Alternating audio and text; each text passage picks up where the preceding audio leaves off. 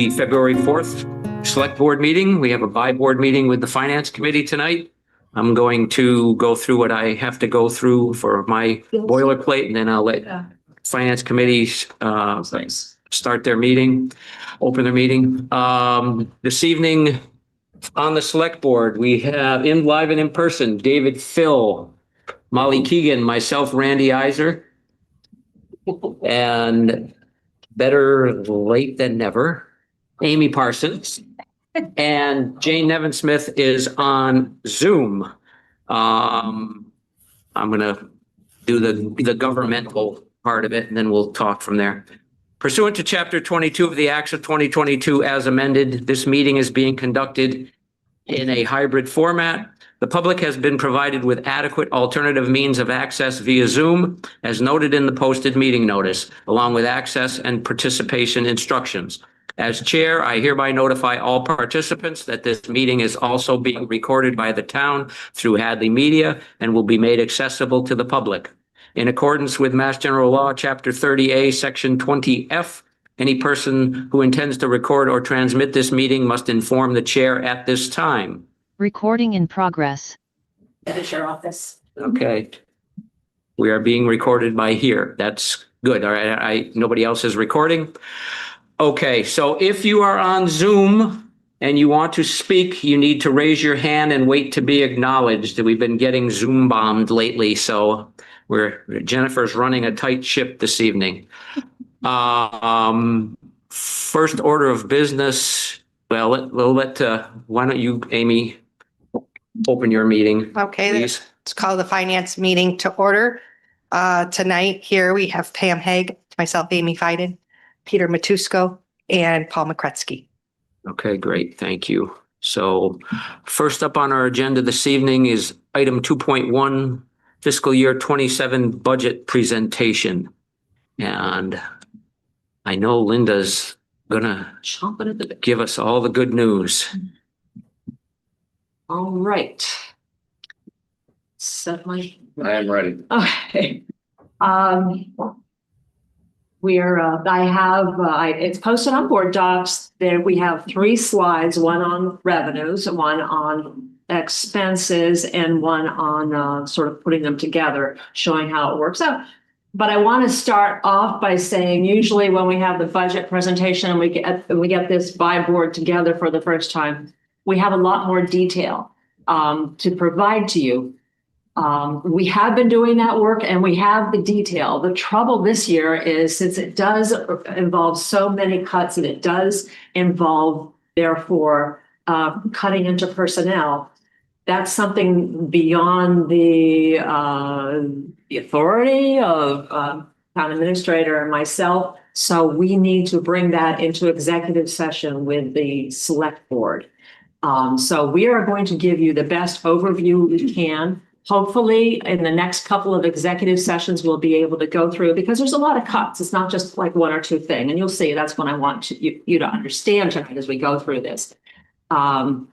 Once we get that settled and select board has made its final votes, I'm ready to get that the budget book out for this year. I do want to assure you that this does not mean we're behind. I think the date on the letter in the last year's budget book is the end of February. So we're actually a little ahead in this stage of it. But I think this is a time where it's worth making some of these points over and over, and especially as we hone in and get more detailed information. So as always, the place to start with the budget is with the revenues. So it is on the screen for those at home. It's also on board docs if you're sitting and you want to open it up. We are in a very unusual situation this year. I've never found us here where the money we're working for the 27 budget is actually less than what we had to work with for the 26 budget. And I will go through, I've got them itemized there. I'll go through each one of them to explain why we're in that situation. There's 2 or 3 reasons. Some are going to be unique to this year, and some are something we have to keep in mind. Maybe we're not going to get the growth that we have been. But as I said, some's unique to this year, and it's only going to be a problem this one time. So I want to, is that small? I'm wondering, Jennifer, if you ever feel like you need to make it larger, it's the graph, it's the numbers on top that would matter, the chart matters, because I'm going to, no, back up. I'm going.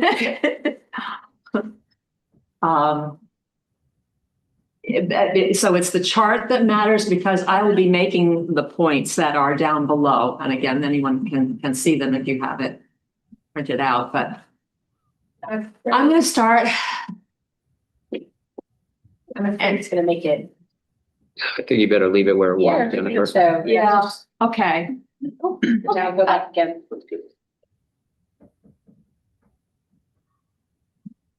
Okay, let me start with the bottom line. Bill has, I have a new pointer Bill bought for me, so I'm gonna be using that tonight. Nice green one showing where I'm talking about. So I'm gonna start right with the bottom line on the last column, which is what are the FY 27 increases? And if you look right to the bottom line, the increases are negative $385,572.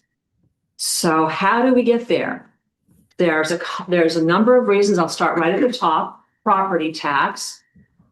If you look at the jump from 25 to 26, that amount actually went up by, looks like 540,000. And this year we're seeing an increase of only 382,239.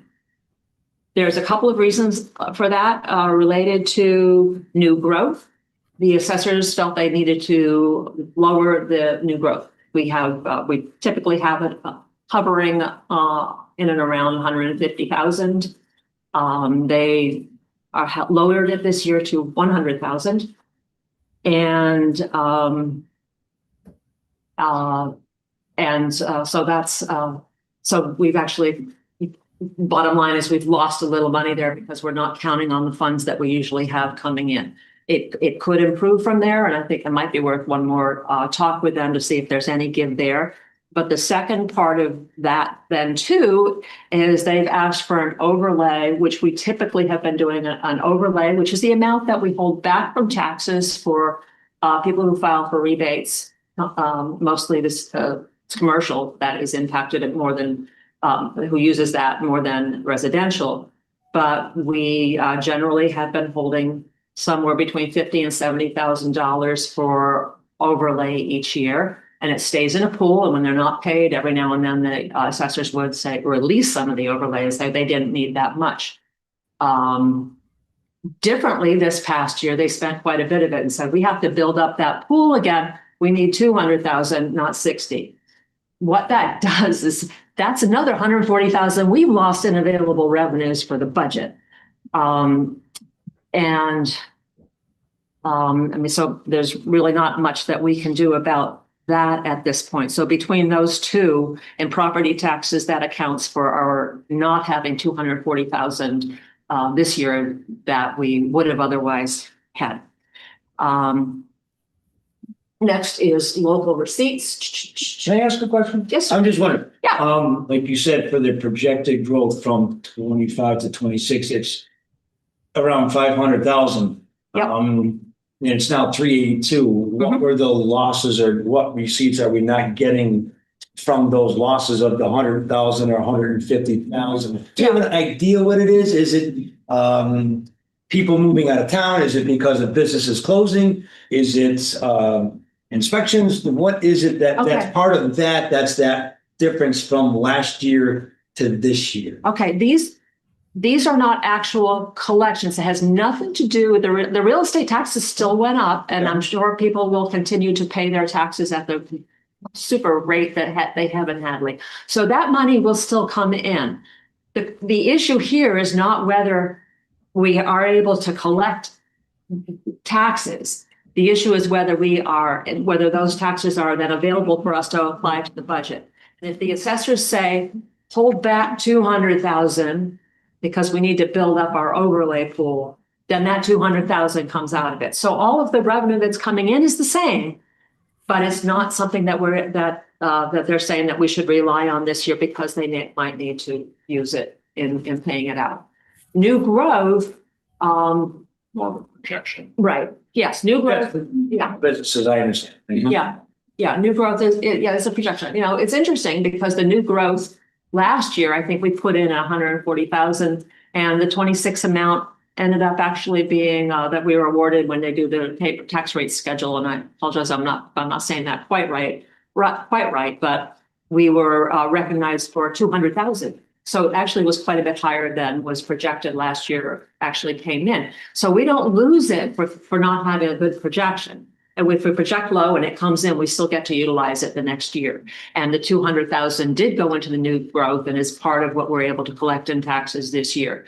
So based on the building permits of the prior year, the assessors didn't feel there were as many projects in the pipeline this year as there was before, at least at the level, the level of value that would have brought in enough new growth to increase that amount.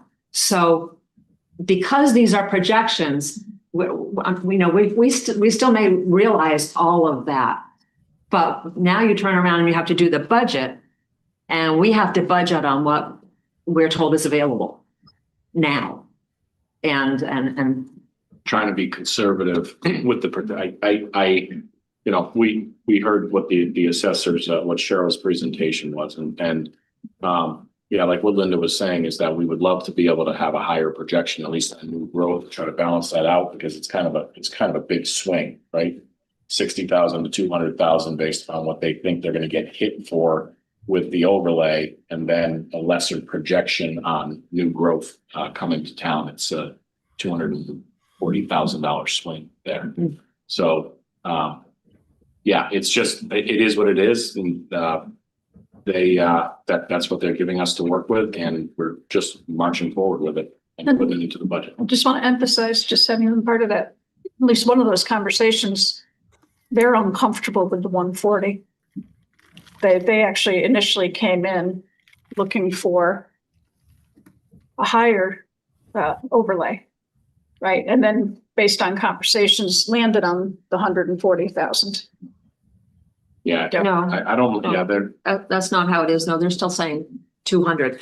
140 is the increase from 60 to 200. They're staying with 200. I thought that they were higher than that initially, and actually came that we settled down to 200. Yes. Okay. All righty. And that maybe was the base size to start with. I don't know. I don't understand the assessing business very well, but I do. I had a lot of conversations with Cheryl, and honestly, the way that some folks are allowed to handle their abatements, and mostly like Linda said, commercial, where they can just come back year after year.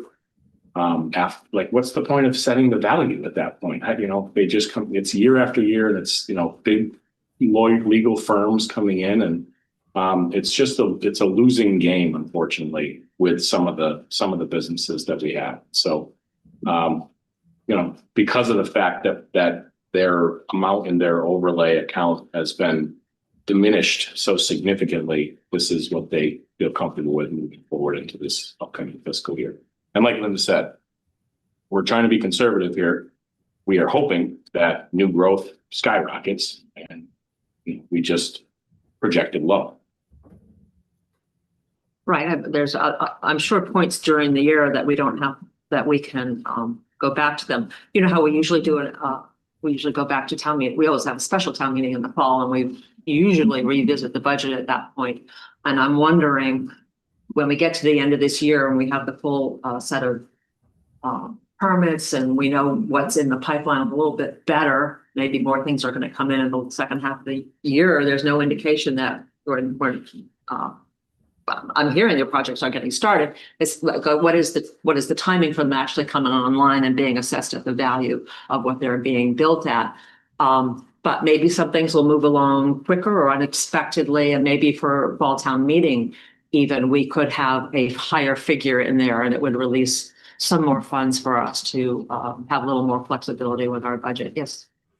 I was wondering if either of you know if this requested increase is in order to bring it up to historical actual figures that they've experienced in the past, or is this something that's being requested for an increase because they're expecting an unanticipated or an increase in abatements coming down They the had pipe. a single banner year this past year. It's not historical. Historical 60's been enough. And we had 2 years ago, because the abatements have been so low over a period of time, as we put away 50 or 60,000 a year, and they're not utilized. I think it was for the 25 budget. At some point, they said, we're releasing 80,000 back in. You could use it. So that money's not disappearing unless it's claimed. So, But Linda, but this past year, there were some large just abatements. for historical purposes, if you go back far enough, for, us older folks, right? Going back into the mid 2000s, and then we hit 2008 in there. When I was on the finance committee, the overlay was higher. It was 100 to 150 every year. And then we hit a period of time where it was consistently well below that, and then it got dropped down. So I'm just saying, I didn't realize that. well, business cycles, right? So there was a period of time in Hadley where it was. And then with the rollovers, the reserve built up to an adequate level at that time where you didn't need to appropriate as much into that or request as much. At the time Molly's talking about, and this is just sort of an interesting thing.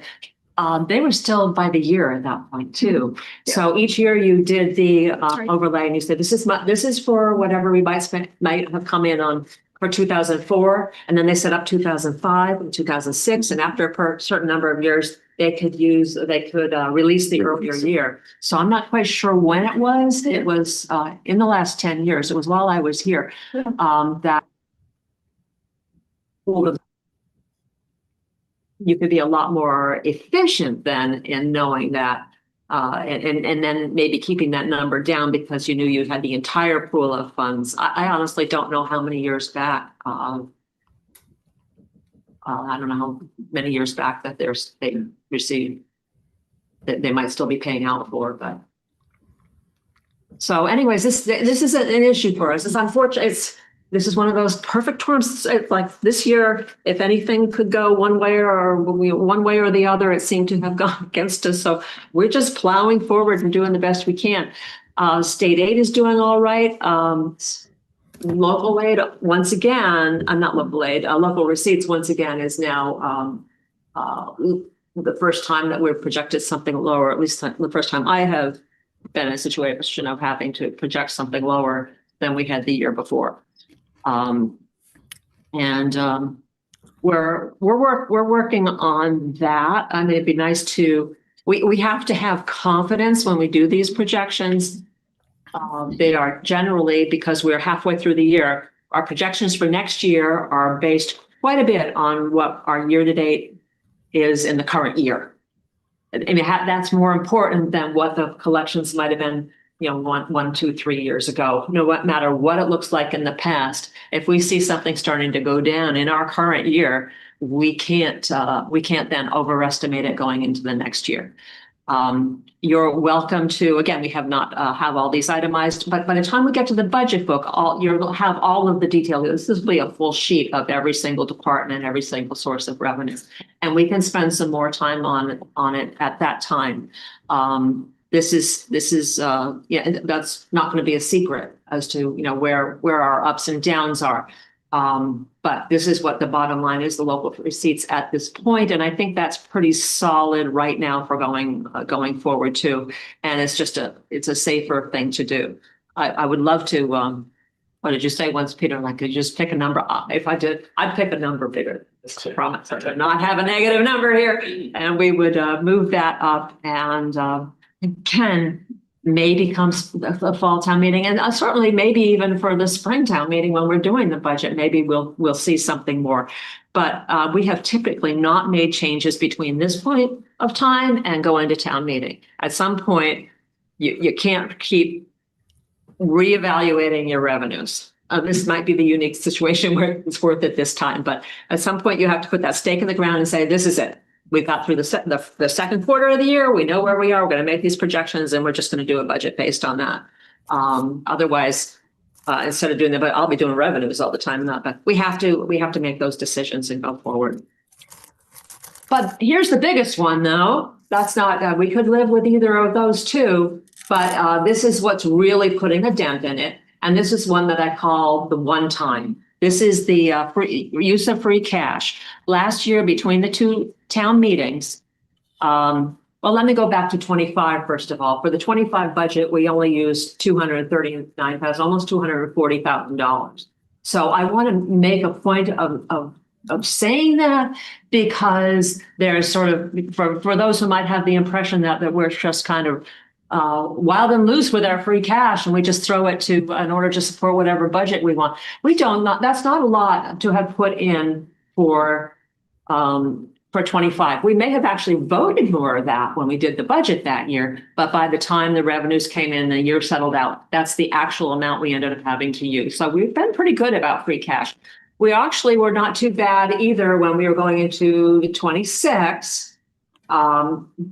We were using, I think, somewhere between 500,000 and 600,000 this time last year to balance the budget. What really threw us off was when, by the time we got to special town meeting, we had been told that the health insurance was going up by several, before $400,000 or so, because it had gone up 15% for July, and we had that figured in, but then it was going up another 20% for October, and we had to deal with that at special town meeting. By then, we already had voted the 26 budget, and the year was underway, and people were operating and made those hires as if that was our budget for the entire year. It was, it just seemed appropriate at that time to just, well, we don't know where we're going with the insurance. Maybe something will change. Let's just for now, so we can fix this, let's put the free cash in and support the budget that we voted in the spring. There were some increases. I don't mean to say there weren't other increases. But, you know, that's what we did. Now, it doesn't seem like not using free cash is a negative, and yet it is. Because when you build, if you look at our 26 budget, when you build a budget that has, you see, we had 21,721,000 in revenues. And then when you add in the transfers, most of which are free cash, and that gives you funds to use that are pretty much $1 million higher. You see that $1 million, and then so we have a budget which is about $1 million higher than actual revenues. So when you take that 850 out and say we're not using free cash this year, which is good and prudent and all that, that's fine. But follow to the last column, and what it means is you have to actually deduct that from what's available this year, because we don't have that money, so we don't have it to use if we're comparing it to the year before. The next line, special revenue ambulance, we kind of cut down the ambulance and their ability to serve at the level they were at, which means that the income's not coming in at the level it was, and we have to then deal with the fact that we have only about half the special revenue coming in from ambulance to use as we did the year before. That's another negative that comes down. And then the opioid funds, that's a wash. This is funds not being used this year, but those funds also came out on the expense side. But so bottom line is then we have 385,000 less to work with. We're starting the 27 budget year. If by some magic we were able to continue the FY26 budget into 27, it's like everything stay the same, let's just keep running through, we would still be looking at $385,000 in cuts because we don't have the revenue to cover it. So we're starting the year in the hole. That is the point to try to make this year when I go through the revenues like that. So Linda, can I just ask a question about the ambulance? So I'm actually surprised the ambulance receipts are that high. Is that because some of that is collections from that's brand new revenue with the BLS? Like shaking his head. That's left over from the 95,000. It seemed high. That's yeah. We passed the budget. It was April, May, And we didn't make the cuts in in the ambulance until the fall. Remember, we continued it at the higher rate, so they were continuing with the collections. So we thought we maybe would quote, and the 90 was, we were hoping that we would have about 90,000 a year, and so that seemed reasonable to use 94 last year. I think even at that point, by the time we got to town meeting, we probably still left 30 on the table. Somewhere between 25 and 30 was still in that account, which rolls into the next year because special revenue accounts stay. Yeah. They carry over from year to year. So, and then we continue and instead, so then we continued through the summer at that same rate because we still had the ambulance funded. That was another reason for the use of the free cash. And then when we had to cut that budget in the fall, we have seen since then the revenues that I get from ambulance, instead of being 8,000 to 10,000, are more like 2,000 or 3,000 a month. So it will be, whoops. I wouldn't think we would have any with the staffing that we have. That's all I'm worried about. You don't think what? I wouldn't think we'd be generating any revenue with the staffing level that we have right now. I think we probably have about 25,000 prior to our layoffs. We've done one transport system. I was the station, did all the revenue. Yeah, So most of it is still old bills that are coming in? Correct. Okay. yeah. So we may need to adjust that down, just Oh, that's based on money that I know that we have. the 55. No, No, the 39,750. wait a minute. Is that right? Oh, I see. No, you're right. It is the 55. Well, we have to adjust that down. I'm not trying to be Debbie Downer. I'm just saying this could get even a little bit worse. Right. Right. So I guess I am Debbie Downer. Based on- I sort of like to carry on the same rate. So I think that it is up in the 40-ish. I think we're up in the 40-ish range. And so I thought, well, it's coming in 2 or 3. And we got 3 more months of town meeting, 3, 6, 9. I might have put in a, that's, yeah, we'll have to, we can look at it again. But Sorry. we can look at it again. So we can look at it all again. So there we are. Any other questions on the revenue? Okay, so what we're working with then is, we go back to 27 projected, 22,372,762 in revenue. Therefore, our budget needs to stay at that level. So then I will go to Jennifer will go to the next. Jennifer will get to the next. I'll look at it on mine. This actually is a little small for me, so. So the goal in balancing this year's budget was to balance within the projected revenues, and that's the number we just had. Not to use free cash, and certainly not to count on any override funds. So to come up with a budget that fits within those revenues and still do the best we can for the town within those limitations. So green column is the amount that was voted for 26. That's the year we're living in. 22,758,000. Then we started with that budget, and what must we add to that budget is the first question. And the direction given to department heads was, you need to give your employees the contracted and union and other raises that we're obligated to. It's really across the board. So give your salary lines the wage increases that for the current employees. Current being after the position eliminations from the fall town meeting, which there were 10 eliminated then. So going forward, who are your current employees now, and put in that amount going forward. So now you see that's a bump. That's a raise already that we're up probably 150 to 200,000. I'm not sure exactly. And then we have the benefits and insurance, which went up. We got notification that that's going to go up 20%.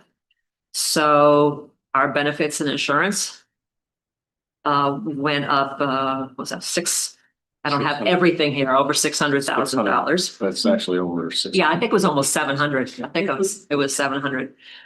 And where there are necessary contract increases such as our computer programs or our auditor or accountant, a number of things where this is what it costs this year. And I say we've got a 5% increase or whatever percent increase for next year. Some of them are in the middle of 3-year contracts or something. So we've known all along, and others are just at the edge where they're giving us our new prices going forward. So we factor those in. And then we had some then let's see what else is there.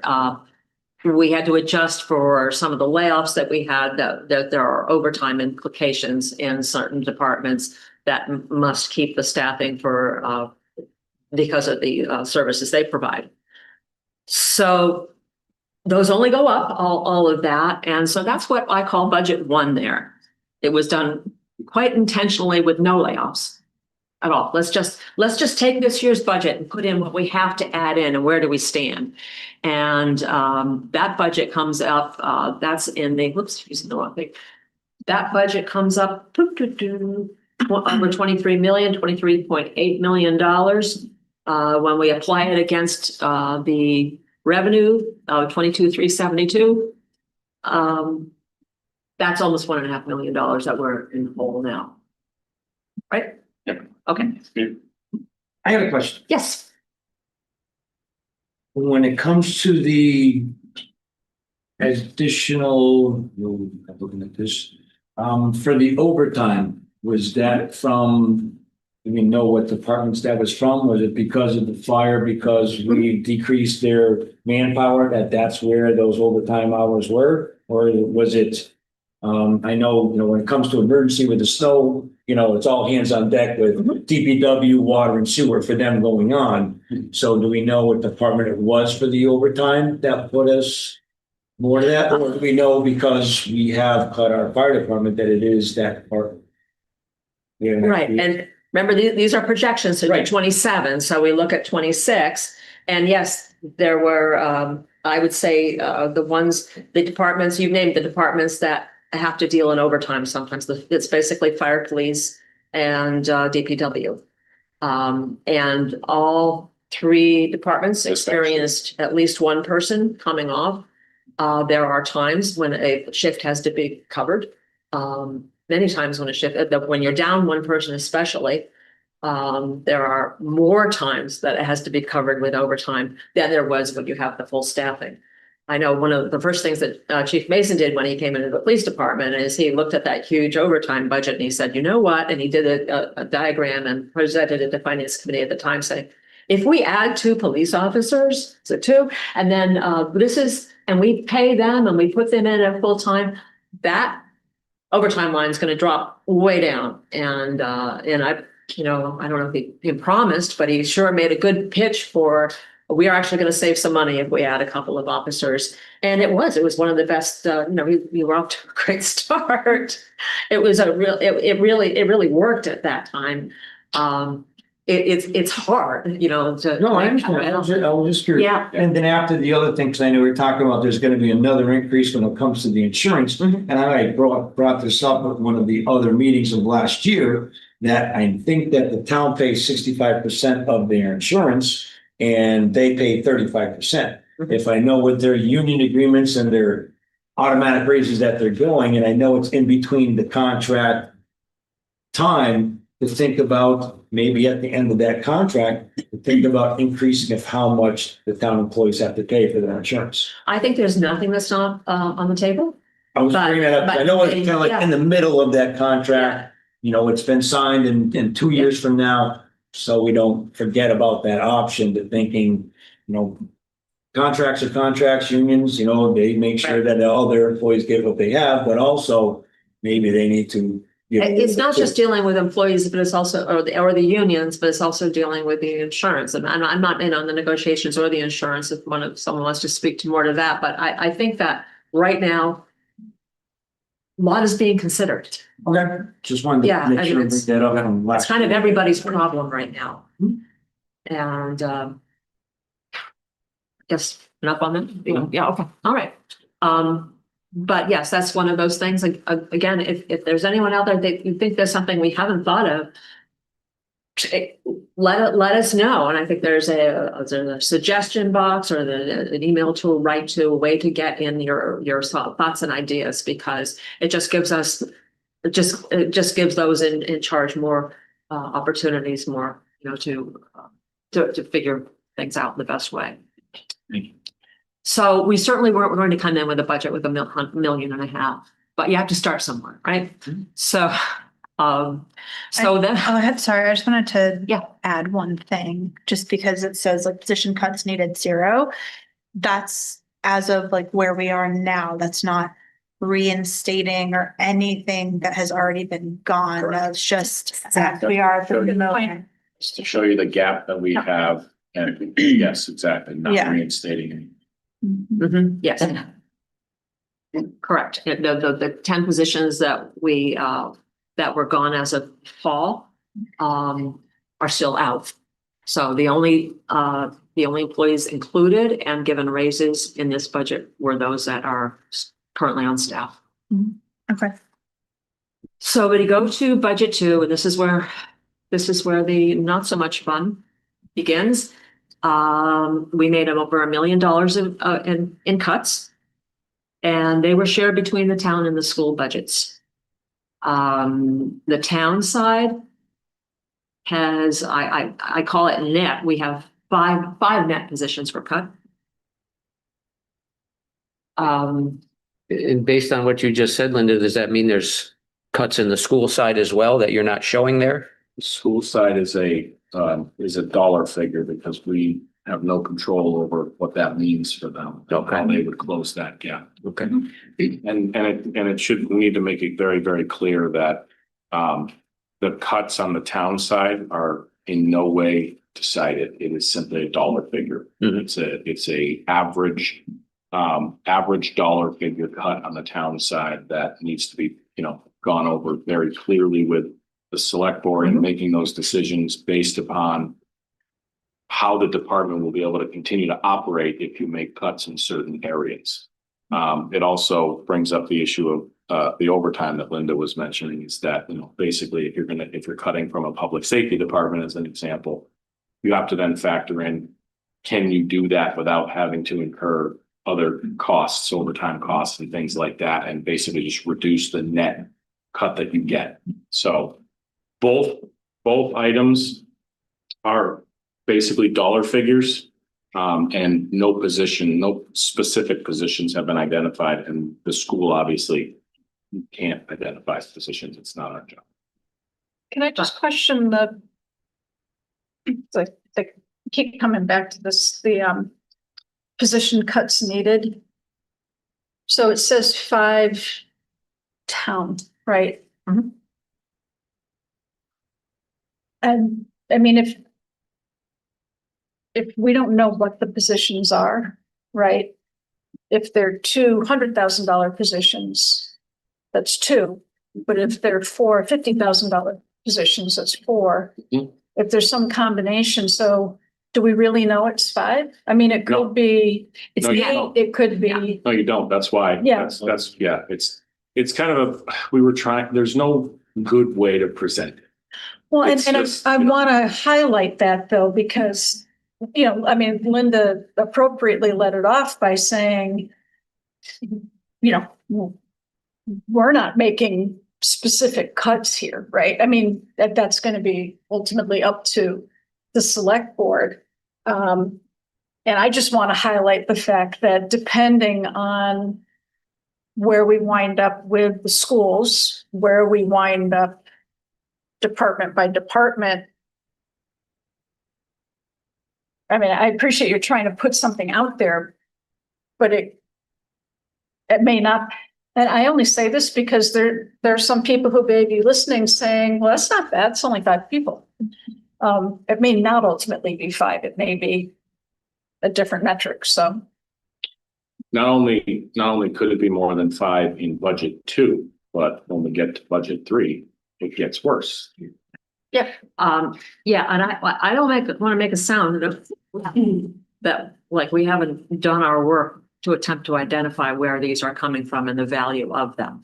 You will have those as options, however, we're We're not just gonna say, this is the dollar amount we have to cut. Good luck to you. And we have actually, we met with every department and we have talked with them about who they could combine, who they might combine support services with, what might be outsourced, what not, what would the impact be on your department. So Some departments have found places to cut in expense lines, which you know, really puts them in a hard spot. Actually, yeah. Moves things to different areas. So, you know, it was an awful process. And you know, a lot of those positions people fought hard to get. Yeah, it's gonna be that. So it's not going to be 5 people either. That when we say 5 positions, that could be 8 half positions. So we don't even know, to some extent, is all of this possible? Exactly. Yeah. So My question is, you said, so it's $1 million. we cut $1 million. You cut $1 million, so about 600,000 on the town side, 400,000 on the school side. We have an amount, but, and we've talked with the school, but we'd like to, But that's, we have, when you say 5, but there was around 600,000 is what you're thinking. there are, $1 million between the two. Now, one thing, I promise next time we talk, we'll have the break. Okay, you know. It's a, No, you can't get out in front of the Yeah, conversation. no, we can't. There's too many stakes in this.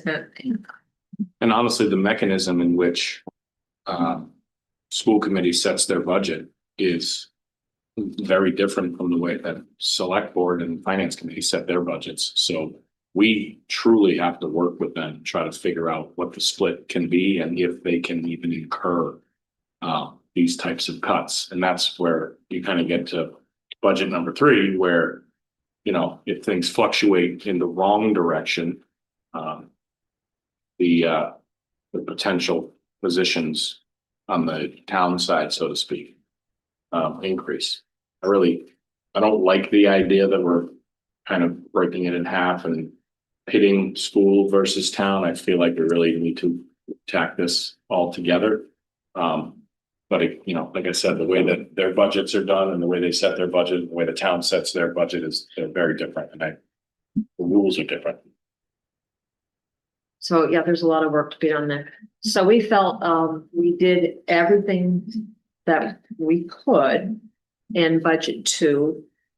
It's not just deciding which position don't we need. It's also been some reconfiguring, rearranging, and we need a chance to get.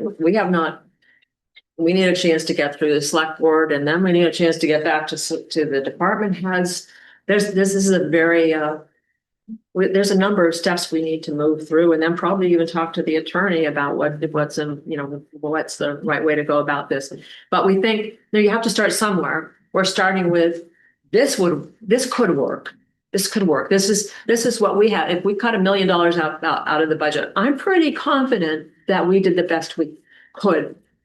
We did the best $1 million budget cuts that we could do. And it did involve, it is going to have a high impact on personnel, and it's going to have a high impact on the school.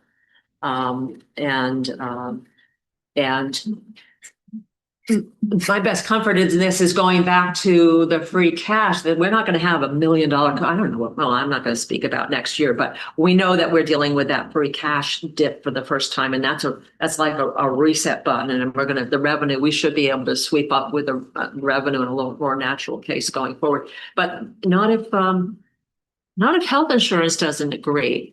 So that's how I finish up with health insurance.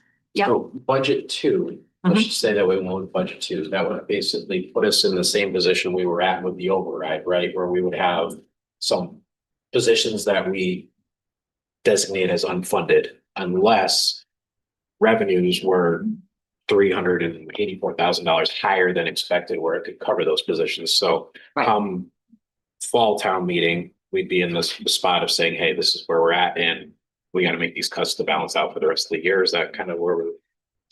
Right. We're not, we don't know whether when you review the specific positions, if you're going to say stop there or you want to go forward. Curiously, for me, this 384,000, it's very much, if you remember on the revenue, that's where we started out in the hole. So we didn't have that, if we didn't have that hole, we'd be done now.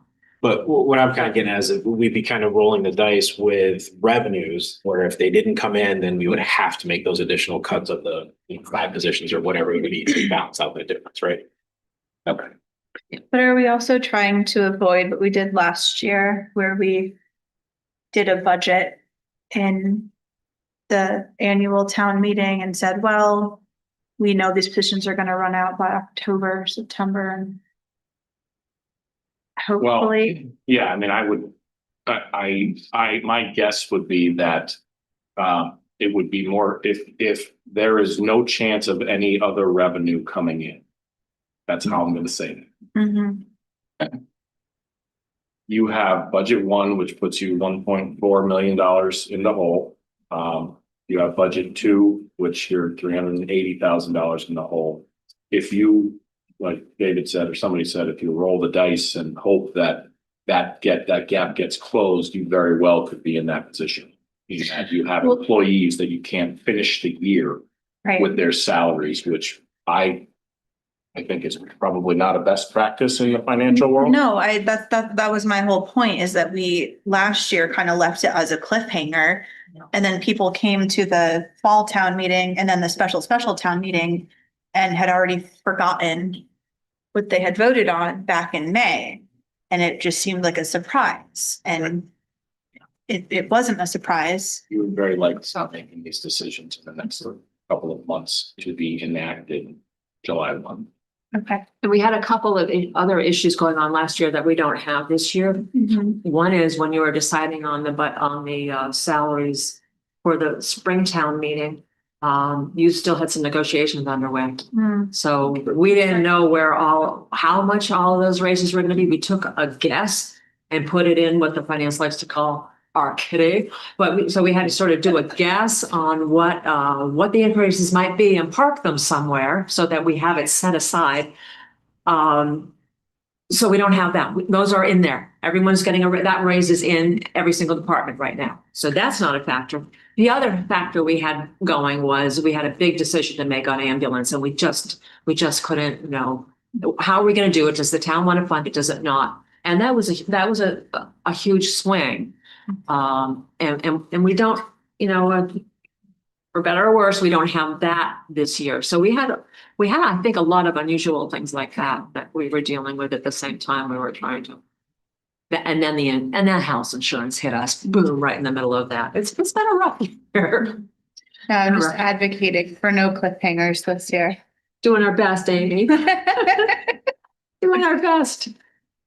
So that gets us through 2, and that hopefully we're going to spend quite a bit of time on that with select board. Number 3 is if they say, well, we're not seeing any new revenue, and we're just going to have to go and bridge that $400,000 gap.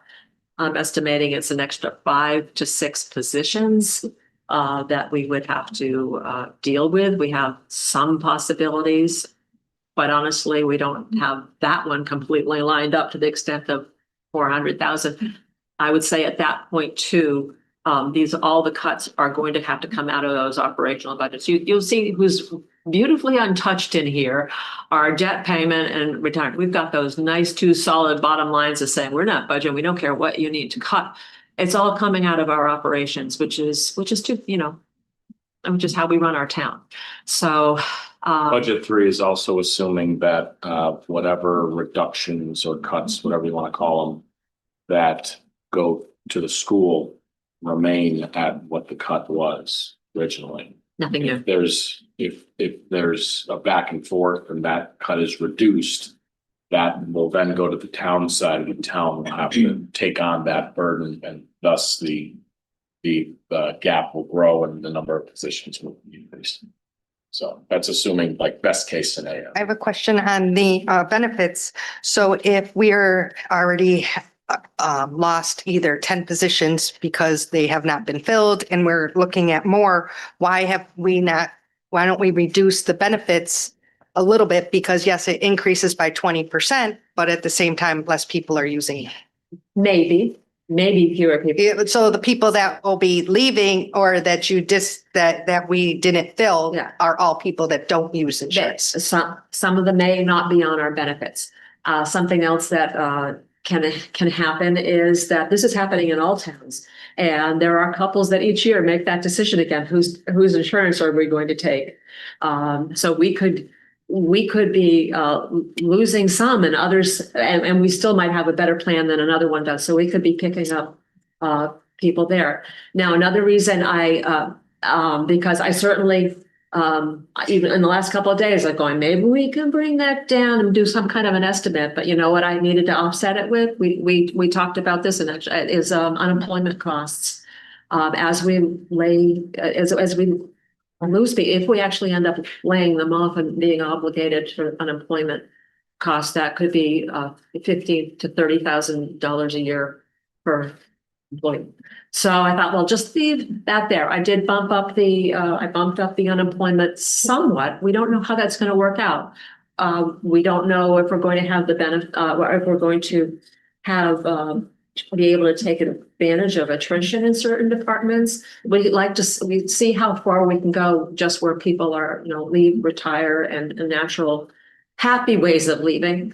And then when we get down to those last ones, it's what is that going to cost us? So if we leave, it's still on that line. Unemployment is also in the 900s, benefits and retirement. So we increased that a bit, the unemployment, not a whole lot. And then I left the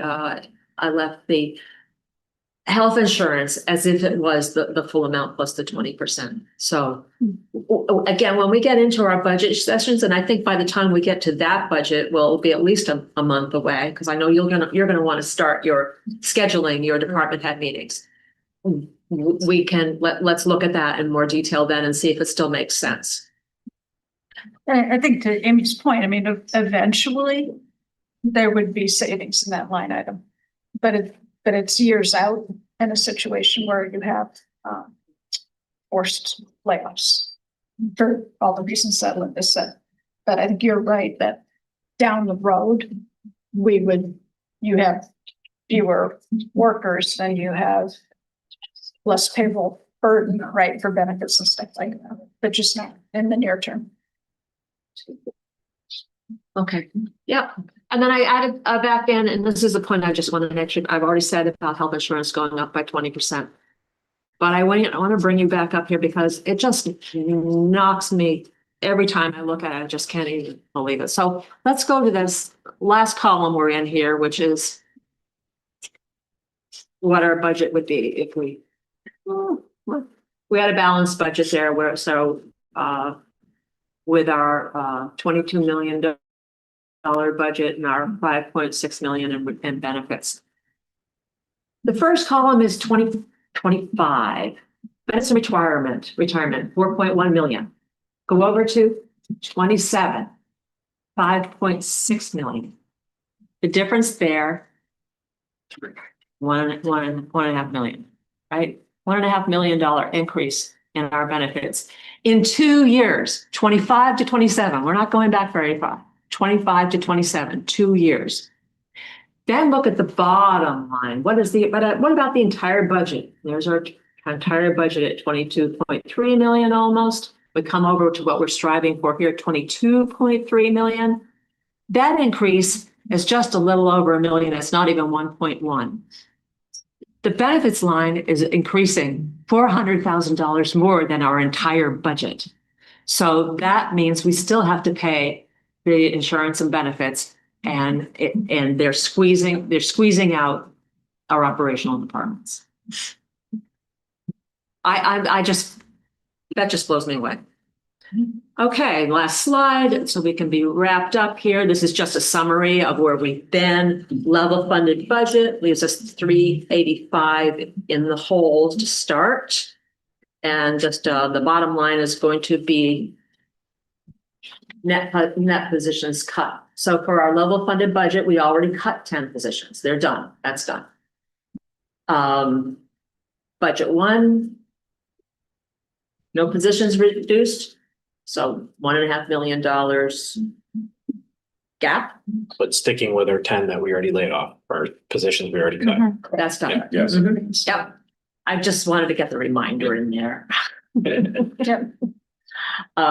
For budget one, no new positions reduced. We, yeah. Just to 1.5 demonstrate. gives us $1.5 million. Right, just to demonstrate the gap. Right. Absolutely demonstrates the gap. Budget two, where we cut that million out, involved like 5 positions. Again, that's net. There's half positions. There's people shifting half their job to another department. This is gonna be creative reorganization.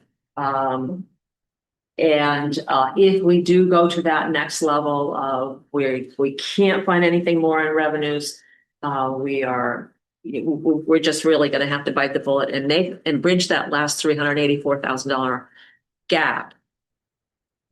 It's probably going to mean 5. So it says 10 positions. That means total. That was 5 and then 5 more. I should have added a couple more words there. So this budget cut 5 people, and then if we have to cut another 400,000 there, it's going to be 5 more for a total of 10. And just to remind everybody, so that 10, in addition to the 10 we already cut, we'll have lost 20 positions in town in 1 year. And can we, and it's just a nit, but and because we're inside baseball, Mhm. I'm wondering, instead of calling it net town positions cut, do we say net non-school positions cut? That's what I mean. Right, because I think people We can't speak. don't Yeah. differentiate between the two. Yeah. And We can't speak for the school and we're Right. not settled there yet, but yes, that's just for starter. And if you remember, Molly, when we were getting all this, back information from people, and they were saying how many employees we used to have, how many employees we have now, and what's been hired in the meantime, that was only on the schools, only on the town side. Right. That never touched what was going on at the schools. Yeah. So Yeah. that's what I'm addressing here, basically, is responding to what's been said about our numbers of town employees that we have. Mhm. And that's it. It's a three slides, boom. What? So Yeah. as far as next steps, we're going to be starting high level discussion with the select board tonight. As Linda mentioned, there are a number of steps involved before you can just lay people off.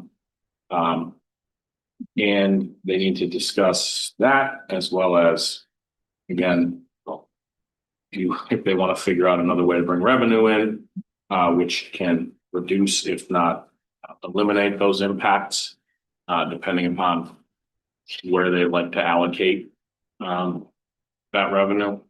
So, and then we'll get into finance committee and start kind of digging into where we like to dig into and have those conversations as well. We still have to meet with one, if and when those decisions are made, then there's going to be meetings with department heads, because obviously their department is going to be changed or altered. And they're going to have to tell us if that's even possible and how they would overcome that hurdle. So I would call this preliminary at this point in time. Now we're over hurdle 1 and moving forward. So I know you. I got a question. Yeah. Just so I get this right, that I see that with the first graph, okay, that we're in the hole for 385,000, and that would be part of the budget too, correct? Yes. Okay, that's budget. Now, to making that a balanced budget, that's what you were talking about. We're not gonna say positions, we're just gonna say money ones, to what it would take. It could be 5 positions or it could be 10 positions to making that 385,000. No, to making the million. The additional 385. Oh, 380, okay, additional. Yeah. Yeah. Okay, that's it all. So that's more or less underneath the budget too. Underneath that one for that. Okay, I was Yeah. making sure. Each 100,000, I mean, you know, I kind of figure 1 to 2 positions per 100,000. Understand. Some are smaller, some are larger, and but that's about it. If you factor in unemployment, it might have to go higher. If you balance that out off against somebody not taking benefits, there's a lot of adjustments. So So from last year, we have a total of how many non-filled positions? We have an idea what that number is from those, you know, from last year of how many positions have not been filled or have retired or have been let go. Do we know how many positions that? that's Yeah. that's Actually 10, that's 11. 10. Because Mike State Naval has a kind of firefighters on him, and he has not filled that position, so there's actually 11 empty positions right now. So since the time that the fall and now, as far as town employees, only one person has left. Correct. Okay.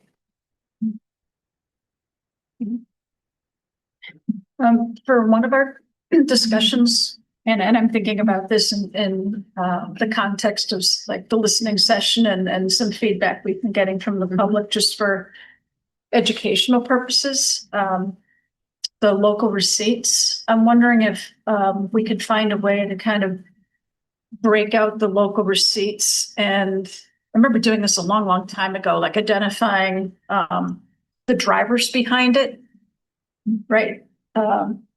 I mean, so the big ones are, you know, the hotels, obviously, meals, you know, excise taxes, you know, inspections, whatever those line items might be.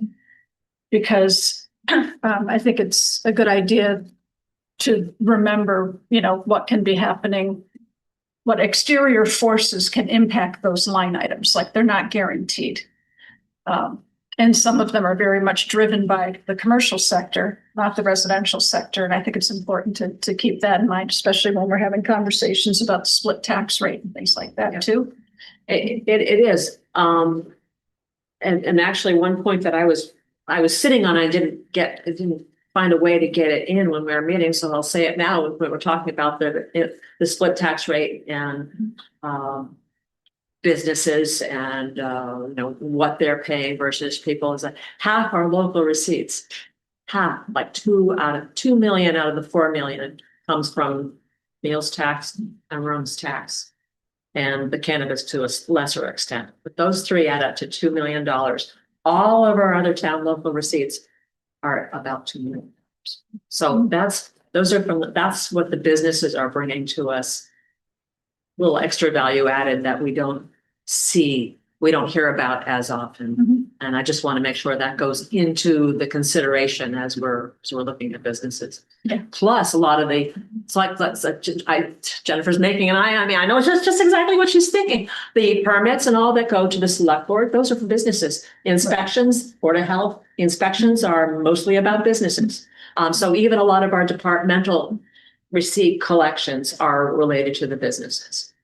So, and we could break that out a little bit more, if it's, and it's certainly, then there's others that are just purely residential, like dog licenses, birth, marriage certificates and things like that. That's people, but it's a surprise. I think people would be very surprised at the large chunk of our regular local receipts that come into the town, not related to taxes, are coming from businesses. Yeah, so maybe we can work on a slide or something on that, because, yeah. Thank you. Anybody on the select board have anything else to add? Finance committee?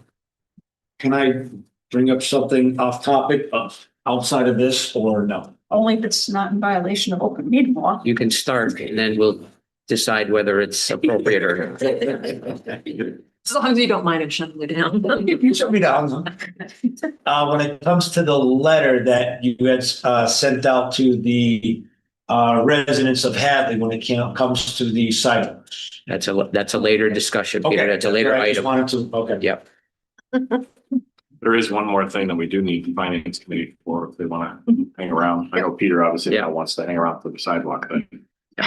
But Okay, so we're going to be done with item 2.1. did you have another question, David? I have just one more thing on that. The finance committee, you're going to be wanting to set up meetings with department heads And you're probably thinking now, when did that start? If we don't know that department heads have their budgets yet. So I think we can, we'll come up with a time like 2 weeks. I mean, we can't sit on this very long. But we've been trying to come up with meetings, and so Yeah. it's been like, you know, I don't have any information that Right. giving us, so I don't know what to do for meetings. So we were trying to set up some meetings, Let but us, you need to let us know. yeah. This is a good start. Okay. After just knowing we have what's. So what we'll, yeah, we'll see if we can make some headway over the course of the next couple, week or two. And then we'll reach out to you, Amy, and Yeah. lock some stuff in. Okay. I think it would make sense for the first meeting to be, Linda and I going over just the kind of overarching budget, and then we can start. Yeah. Selecting We'll do that. the budget, the hundreds, 200s, whatever. Okay. Go from there. Okay, everybody good? Mhm. Right, we'll move on to item 2.2, hiring freeze.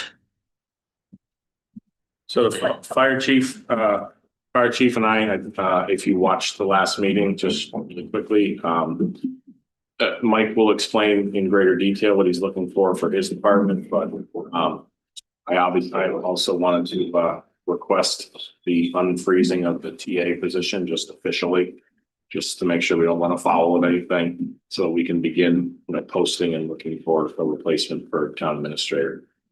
And then Mike and I have been talking quite a bit about his fire department and the staffing needs over there, and so he can probably explain better than me. Well, Does you need the microphone? And make sure that Thank your microphone's to the mic. Well, thank you for having me back, and I went through a bunch of stuff with you at the last meeting, so again, I don't mean to beat a dead horse, but we are in a very bad way in the fire department right now. So we are at one firefighter on shift now, 24/7. And with that, that now means that during the day, because we're not doing overtime, that means I am the second firefighter on shift. Overnight, it also means that I'm going out to calls as well. Especially with the cold weather that's come through, we've been getting excessive numbers of calls, including car accidents, freeze-ups, fires. We were in Northampton today. We are struggling, and I'm just telling you that it's my job to tell you as the fire chief that we are in a hazardous way. We are putting our community at risk. That's a fact. I had an additional member step down. She did not feel comfortable working here. She was afraid that if she was going to be on shift by herself, she didn't feel comfortable with that. And she was a newer firefighter. Also in the paramedic, she was going through the paramedic program. She's a rock star. On top of that, we had one of our up and coming lieutenants who had an injury. He fractured his wrist and broke 4 vertebrae in his back during one of the snowstorms, not with the department, but at home. So he's going to be out for a little while. We're working to see what we can do right now. He's coming in on light duty and keeping up on our fire reports and a bunch of other stuff. Thank God. So again, with not having a deputy chief in the position below me, I'm now struggling to keep up on the excessive plan reviews, inspections. We don't have the bench strength to do it with the crews that are on board. They have their own assignments, and inspections and plan reviews aren't something that you just learn overnight. I was fortunate to be a contractor before I became a firefighter, so I had that experience, which was very helpful. But the systems that we have installed in Hadley, the new requirements under fire code, fire regulation are continuously updating. So most communities have minimum of 1 or 2 just fire prevention officers on their department, never mind just a fire chief and a deputy chief.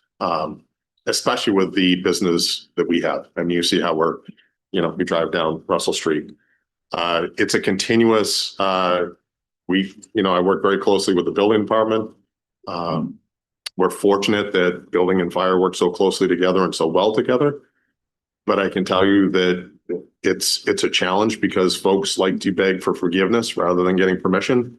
And then that's when we're finding situations that are also extremely hazardous to the public, you know, so folks, they're ripping out spaces without telling us, additions going up, whatever it is. So we're constantly on that as well. This past week, I have been dealing with so many code violations and issues. It's been excessive. Never mind the fact that with this cold weather, you know, I was out at 3 o'clock in the morning for freeze up at Texas Roadhouse. You know, you can't help some of this stuff. We have sprinkler systems, but with this extended cold, and then the motor vehicle accidents on top of it, the students are now back in town. And we have continuous construction coming in that's going to be adding more to this. So I am requesting, I'm not going to be here forever. And the plan was to have my past deputy, who we spent a lot of time working with. I really had him trained up and ready to make that step forward. He's doing outstanding in Granby. So yay, Granby. But I need to start getting somebody ready to take on this responsibility. And I can tell you right now that unless somebody hasn't told me, I don't think there's anybody in-house that is ready or willing to move into this chief's role. So I'm requesting, because I lost one of my firefighters, the original plan was to request that because I didn't fill the deputy's position. But I need to get a deputy chief. That's the priority. Would I like to have that firefighter as well? I can tell you that, you know, in evaluating the budget, I just received some updated numbers today, so I can do another evaluation of what's remaining in the fire department budget for expenses. I had presented to you of where we were at.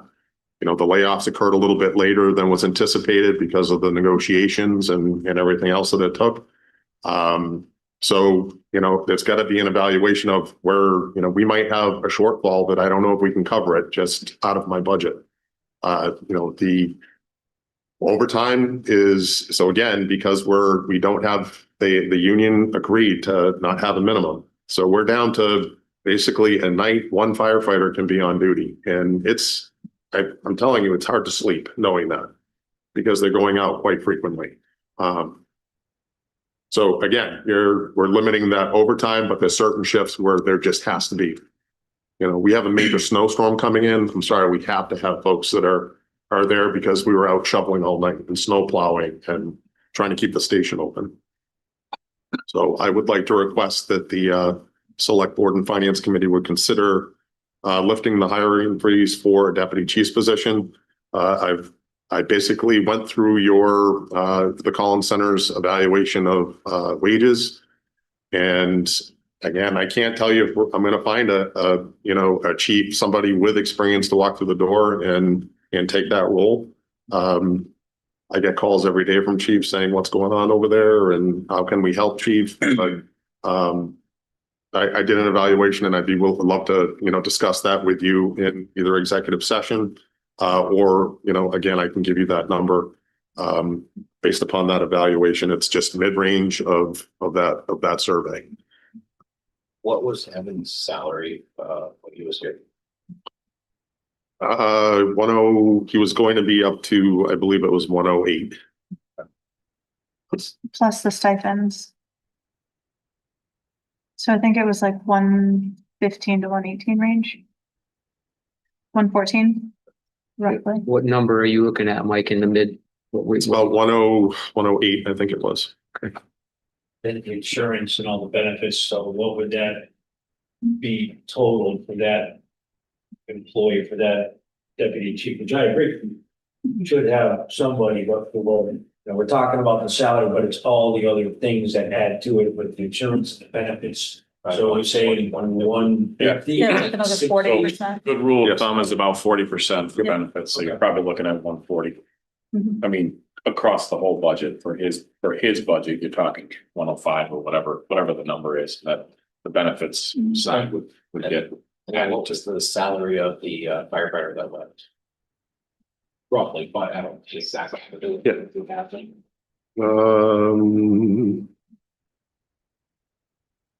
Yeah, it was about 60,000 and we had budgeted in for if we were going to get that firefighter position back.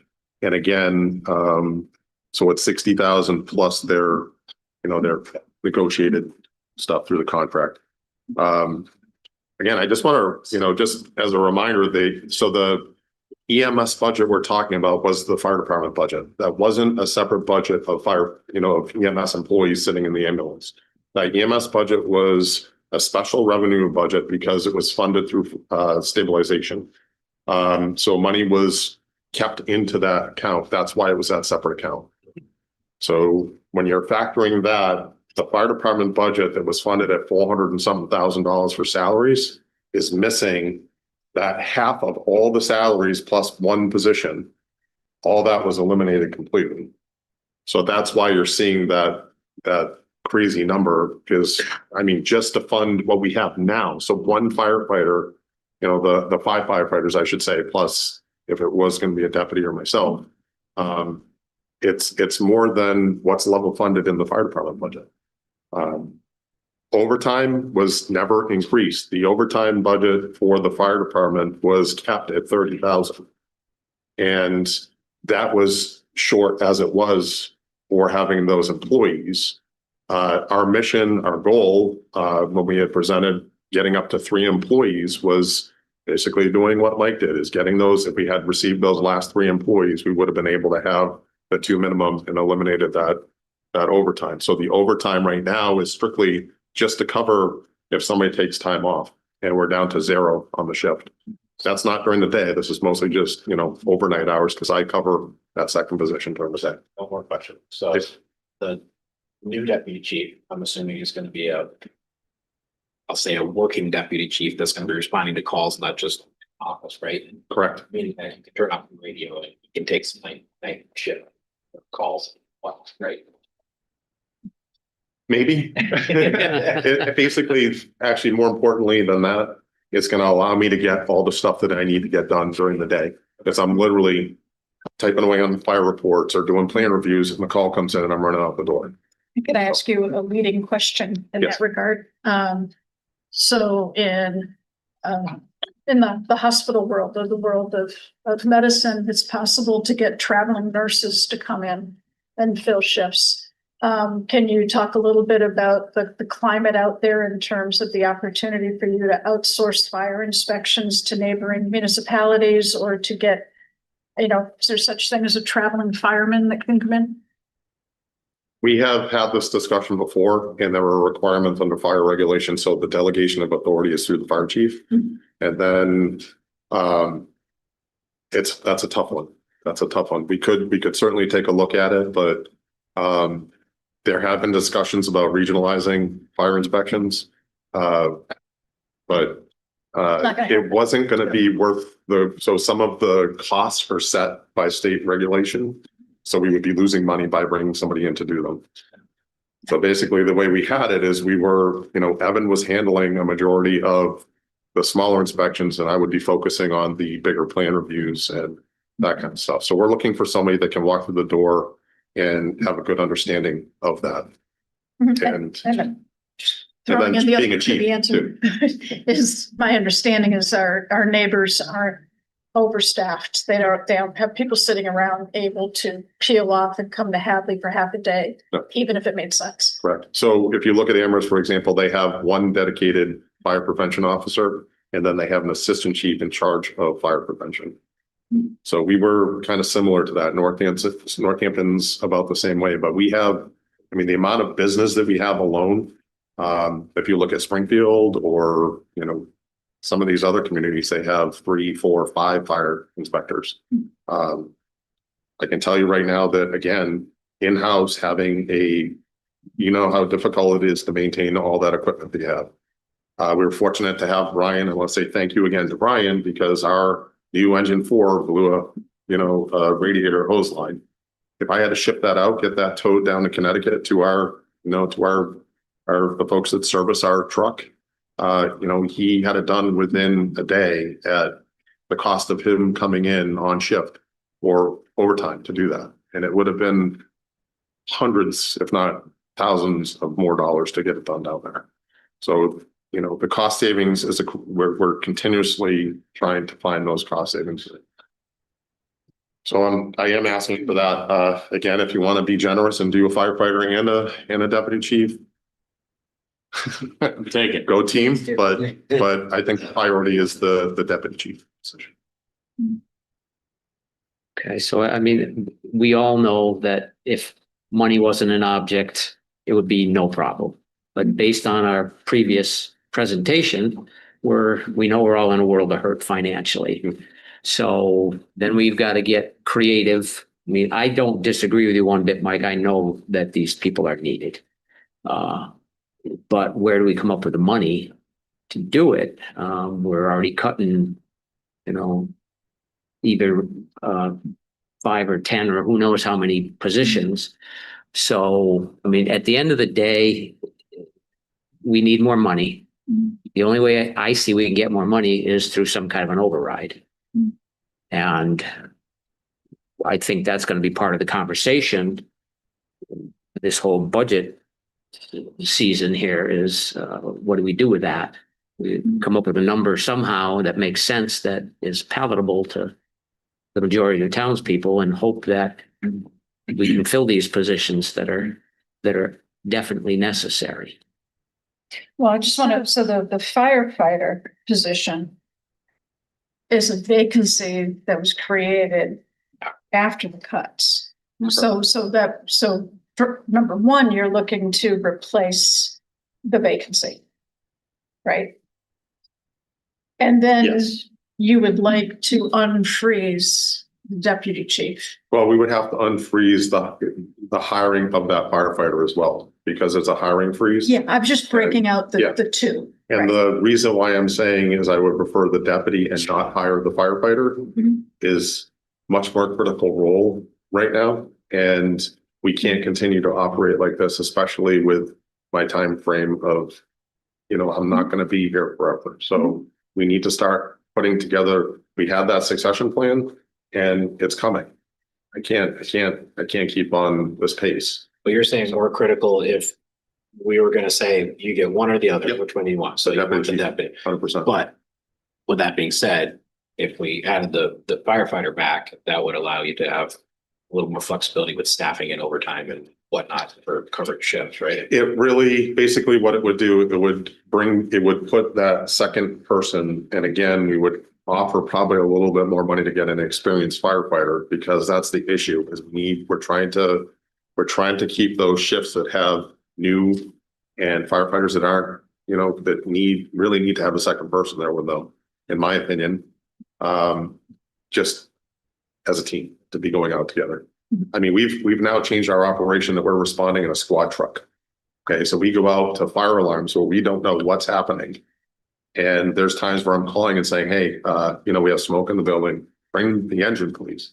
But to have one person having to drive that big rig by themselves while, we do it, it's not great. Having a person sitting in that seat next to you, being able to spot for you when, when you're going, especially with the snow that we have now. It's just hazard after hazard for us. We're definitely not following OSHA standard by any means. And that's another concern that I have. But yes, we would not hire back that firefighter position to try and absorb some of that, what's left in that budget, that line, that employee's line, to try and decrease what we would need for that deputy chief's position. And I did get some other additional bad news, is we can't apply for a SAFER grant anymore. So because we've had our layoffs, they would say, sorry, not applicable for you. You have layoffs now, so we can't fund positions. I do not mean to sound unkind. I was just at the last meeting, we were all like gung ho for the firefighter, and then it's tonight something different, and I was not prepared for that in my brain, because I was all ready for the firefighter, and we were all like, yeah, let's do it. That's an open position that was still part of it that we were all good with, and now it's like my brain was ready for that amount of money, and then this new amount of money, it's twice as much. that it is, but I agree with Mike and David. I think David agrees with Mike as well, that it makes more sense to get a deputy, especially if our existing chief is not going to be here forever, as he says. And we don't know how long not forever is. Well, that's part of our executive session meeting as well, to discuss that, the future plans. Yeah. So it makes logistical sense to me to hire or allow us to try to hire a deputy. I would rather see that than a firefighter, and then we won't, then we're going to be up the creek in whenever forever isn't, to try to fight a chief. And just want to, and I completely understand where you're coming. I'm not trying to throw out surprises, but Evan's position was actually funded in the fire department budget. But then we froze it because we were trying to not lay off additional firefighters. So the intent would have been to rehire for him and lay off more firefighters. But I completely get it. And again, I need to go through all the numbers and see what that actual shortfall is going to be, because it might not even be possible. I think we're at ground zero as far as being able to lay off more firefighters. No, I think what he's talking about is that the firefighter who resigned, that position is funded, and so there will be salary left there, and there potentially is salary left in other places, but he would just need to double check, and then he has to check it against spending in the overtime line to make sure it didn't eat all of that up. And quite possibly, I don't know, honestly don't know if it could be funded, but you're talking about 60,000 to 100, so it's gonna happen. Take a look. I'll make a motion from the select board side to look the hiring increase. Well, I'm sorry, I'd kind of like to hear what the finance committee has to say. As far as my position goes, I think that we're causing burnout, and we definitely need to have a deputy, because it's just too much pressure to put on one person. It's just too much responsibility. It's just too much. And I think we need a backup. And so I think a deputy is very important. So I think it's something we have to do. And that's my opinion. I agree. Because if we can fulfill that position, Mike can work on the receipts and the revenues and inspections. So I agree. So what happens if we don't have the money for it? I don't think we need to treat this as we're talking about the whole town is in a hole. This is, it's making it worse. Yes, Like, I get that. Yeah. Just like the health insurance is making it worse, but I don't think we need to just pick out one person or one item. It's just making it worse. I totally agree. No, I'm not picking it out. I'm just saying he has a fixed budget. And what happens if, when he's looking through it, that there's not enough money in it to cover? Yeah. That could happen. It absolutely could happen. That's one of my biggest concerns right now is what's plan B for that? Yeah. So is that a request? What do we do? Finance reserve or select board reserve? Do we have the only option left? Right, I think finance committee still has $75,000, but there's no question that this would be exceeding the budget. Yeah. So you'd need to go to finance committee and get. And would you be willing to do that? Because I mean. Well, I think it's an emergency, and those are the types of things that I would be looking to do for. Yes. I agree. Again, I can't tell you if there's going to be anybody that's going to even step. Right. to But you gotta apply try. for this. We gotta We will try. definitely try, and that's why we're requesting the hiring freeze to be lifted, so we can at least give it a shot. And I just wanted to make sure that we're not taking a vote where there's no plan to finance it. That was my whole thing. I wasn't like picking on anybody or anything. I was just like, what happens if it's not in the budget? Like, what do we do? The other question is though, is as we move down the road here into the next budget, if you're bringing somebody on board and their job is just like everybody else, you're looking at potentially 5 to 10 positions. They're going to be looking for some sort of insurance that they're not going to be laid off after you hire them. So is that something, how do we figure that? Because you can't really designate one person as exempt from layoffs. Yeah. Well, I think that's something that you could make a case to them to say, hey, look, when we had a hiring freeze, we listed the hiring freeze just to bring you back. So the likelihood of you getting laid off when you're gonna be retiring sometime soon is pretty small compared to somebody else in a less critical position. I hate to say it, but it's a less critical position somewhere else in town than quite cheap, so. Right, and I think that's one of the big things we're gonna have to deal with is deciding what is critical versus what's not, and when it comes to cutting. Okay, so I guess, David, you're good to go. All right, I'll make a motion from the select board side that we lift the hiring freeze for the deputy chief position. Second, Okay, motion by David, second by Molly, roll call vote, please. Oh, Jane's there. I totally forgot. Roll call vote, Phil, Yes. Keegan. yes. Isaac. Yes. Parsons. Yes. And Nevin Smith. Yes. I parked in your parking spot. Finance committee, You want us to do a, the by board, you should vote as well. okay. Is there a motion? I make a motion that we lift the hiring freeze for that position. Second. Okay, motion by Paul, second by Pam. All in favor? We don't have to do roll call vote, You're all right? here. All in favor? Aye. It's unanimous. Okay, thank you all. Thank you. And We got one more. Oh, yeah, we got one more. So. I don't think we have time.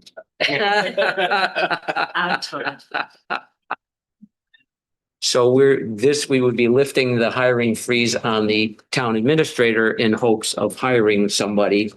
So that's gonna be a future expense. Yeah, but if the finance committee is using their reserves for the deputy, I don't think there's anything left. Sorry. I might end up with seltzer water on me. That was funny. I'm just kidding. Kind of. So, I mean, we all know that Mike's not gonna be, this Mike's not gonna be here forever either. And the goal was for him not to be here forever, even though we'd like him to be. And we have to have a town administrator. So I think we have no choice but to lift the hiring freeze for the TA position so that we can advertise and try to find somebody. But we're gonna try to announce ourselves and run our own hiring process, correct, rather than pay a consultant this time and see if we can. Yeah, I mean, one of the things that we're gonna talk about a little bit later is I've been working on the position statement. Select board has some decisions they need to make about what you'd like, the executive staff, so to speak, of this town to look like. What specialties you'd like the town administrator to potentially have. Once you make that decision, then we can post and we can handle that. I'll run it myself if I have. I have a question on that. Around town. So I thought we hired a company and we didn't choose, and that company was going to go for round two. Mhm. And we questioned that before, is how long are they going to last, saying that they will be back? Are they not coming back? Are we not being able to, we already spent the money. We already gave the money. The only issue, yes, we paid them and they had a guarantee that they would do a second round. Although I don't know if they'd be honoring that or not, but personally, I was not happy with the results that we got from the consulting process. And I'm just speaking for me. So, and the amount of time that it took to get those results, I don't know that I would want to throw it back in their court and say, here, have at this again. And then Mike is here for another 6 months by the time we come up with some candidates. Well, I think some of it, we did have a committee, so some of it, the committee can stand up to this person. I mean, they did do the work they sent out. I mean, we could do it as well. There's no reason why we couldn't do it in conjunction with, post it somewhere. But if they're going to be posting it and they're going to be, we already paid them to do some of the advertising for it. I think they should honor that. Well, I think I mean, tonight, the only thing on the agenda was the hiring freeze, whether or not to lift it, but I'd like to have a whole agenda item just to talk about that there are options available to us. Yeah. So I think we need to think through all of those before we go whole hog into. But the bottom line is we need to honor and acknowledge the fact that Mike is coming to the end of the line in the Yeah. dual role. So I think, Amy, to your point, we decide tonight to lift or not lift the hiring freeze for the TA. And then, as Molly suggested, at a future meeting, probably in 2 weeks, we discuss the process to try to hire this new person. Does that sound reasonable? That's So we reasonable. don't get out of line with the agenda item tonight and get ourselves in trouble. Don't want to get yourselves in trouble, that's for sure. Again. No. Yeah, Again. right. So anybody want to? Oh, I'll make a motion that we unfreeze the search for the town administrator position. No, we're not unfreezing the search. Position, and we'll continue on with it. Carry on. Second. Okay, motion by Amy, second by Molly. Roll call vote, please. Roll call vote, Phil, Yes. Keegan, Yes. Ivan. Yes. Parsons. Yes. And Nevin Smith. Yes. Thank you. Okay, And finance. fine. Yeah, you guys. All right. Do I have a motion to unfreeze the town administrator position? Second. Is that your motion? I'm gonna go Tom second. I move that we vote to unfreeze the town administrator. Okay, so we have a motion by Paul and a second by Peter. Jump the gun. Mary. All right, all in favor? Aye. Aye. So that is unanimous. All right. Excellent. Thank you. There's nothing else on the agenda that involves finances, is there? So if you guys want to adjourn, you're welcome to it and you're welcome to stay. For the sidewalk. Well, I know Peter wants to do that, but I don't know if everybody else does. So choice is yours. Oh, we're gonna, are you leaving? We'll wait. It's not that much off. Okay. All right. Moving right along. Item 3.1 is the consent agenda. This evening on the consent agenda, we have CDEI resignations. There's Renew, is that? Renew and John Gehrig. Common vic license for Gregory's Pastry Shop. 1-day special all alcohol license for the Amherst Area Chamber of Commerce, Margarita Madness, March 26, 2026. 1-day special all alcohol license, Edward Hopkins Foundation, V1 Vodka, February 14th, 2026. And 1-day special all alcohol license, UMass Newman Center, V1 Vodka, March 14th, 2026, April 10, 2026, May 9th, June 13th, July 18th, August 14th, October 10th, November 14th, November 28th, December 11th, and December 18th, all 2026. Motion to approve the consent agenda as, oh, go ahead. Carry on. The chair, the fire chief has put inspection requirements on the Margarita Madness event, with like a inspection of that before the event takes place. We also would like to have an inspection of the V1 Vodka location before their first with a liquor license. Okay, So that is to be a condition upon those licenses. so And can I just, a silly question? I thought the Newman Center, is that the new building?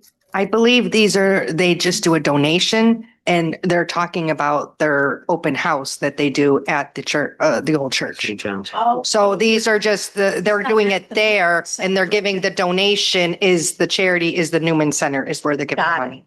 Got it. Which is Okay, the thank only you. way that V1 Vodka can have any kind of liquor license is to have it as a charity event. Okay. So motion to approve the consent agenda as presented with the 2 exceptions of the inspections. Second. Okay, motion by Amy, second by Molly. Roll call vote, please. Roll call vote, Bill, I'm a yes, but I have to abstain for both do one items. Keegan, Yes. Isaac, Yes. Parsons, Yes. and Nevin Smith. Yes. Thank you. Okay. Agenda item number 4, public comment. Anybody here for public comment? Either in person or online? And a reminder, if you're online, you must raise your hand. And a reminder, if you're online, you must raise your hand. And seeing nobody raising their hands, either here or there, we'll move on to item 5, old business. 5.1, sidewalk bylaw discussion. All right, so Mike, do you have anything you can tell us about this? So as everybody knows, the select board decided to begin enforcing a bylaw that has been in existence, since I don't know, 2010. I guess 16 years now. Yeah. And starting in February. There was several questions about liability that came up after the board enacted the enforcement of this. You know, what happens if somebody gets hurt on somebody else's portion of the sidewalk, and all manner of questions. So I asked town council to do a deep dive into the bylaw, especially considering it was written 16 years ago. I wanted them to look into liability aspects and compare it against other bylaws like this in existence. The liability issues aside, those are always an issue of it depends, you know, when it comes to legal stuff. But what was curious to me was that within the bylaw, when it was written, I don't know how it was written, if we had a committee back then or what, but they're very specific of the types of material that are used to make the sidewalks. And I don't know the percentages of how much of our sidewalks are concrete and how much of them are pavement or asphalt or whatever you want to call it, but I don't think we have any stone sidewalks or brick sidewalks, and I don't even know what a plank sidewalk is. That'd be wood. But you know, asphalt or pavement is not in here. It seemed unfair to me, inappropriate perhaps, to begin enforcing a bylaw that some people would have to abide by and some people wouldn't. And I just felt like the board should take a look at it and determine whether or not we wanted to pause enforcement of this. And I know it's going to throw Scott's work out of whack. And have it reviewed by your bylaw committee. You have a whole committee that's tasked with doing this. Review it, look at the liability issues, simplify it to simply saying sidewalk, and then perhaps bring it back forward if that is your intent. But it just seemed like this was something that probably should be discussed. Not just that, but we had a snowstorm that was like 36 hours long.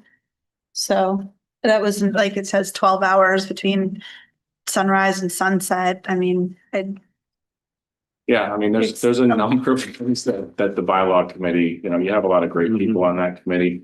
There's a number of things, and you know, they don't need to recreate the wheel. There are bylaws like this out there all over the place.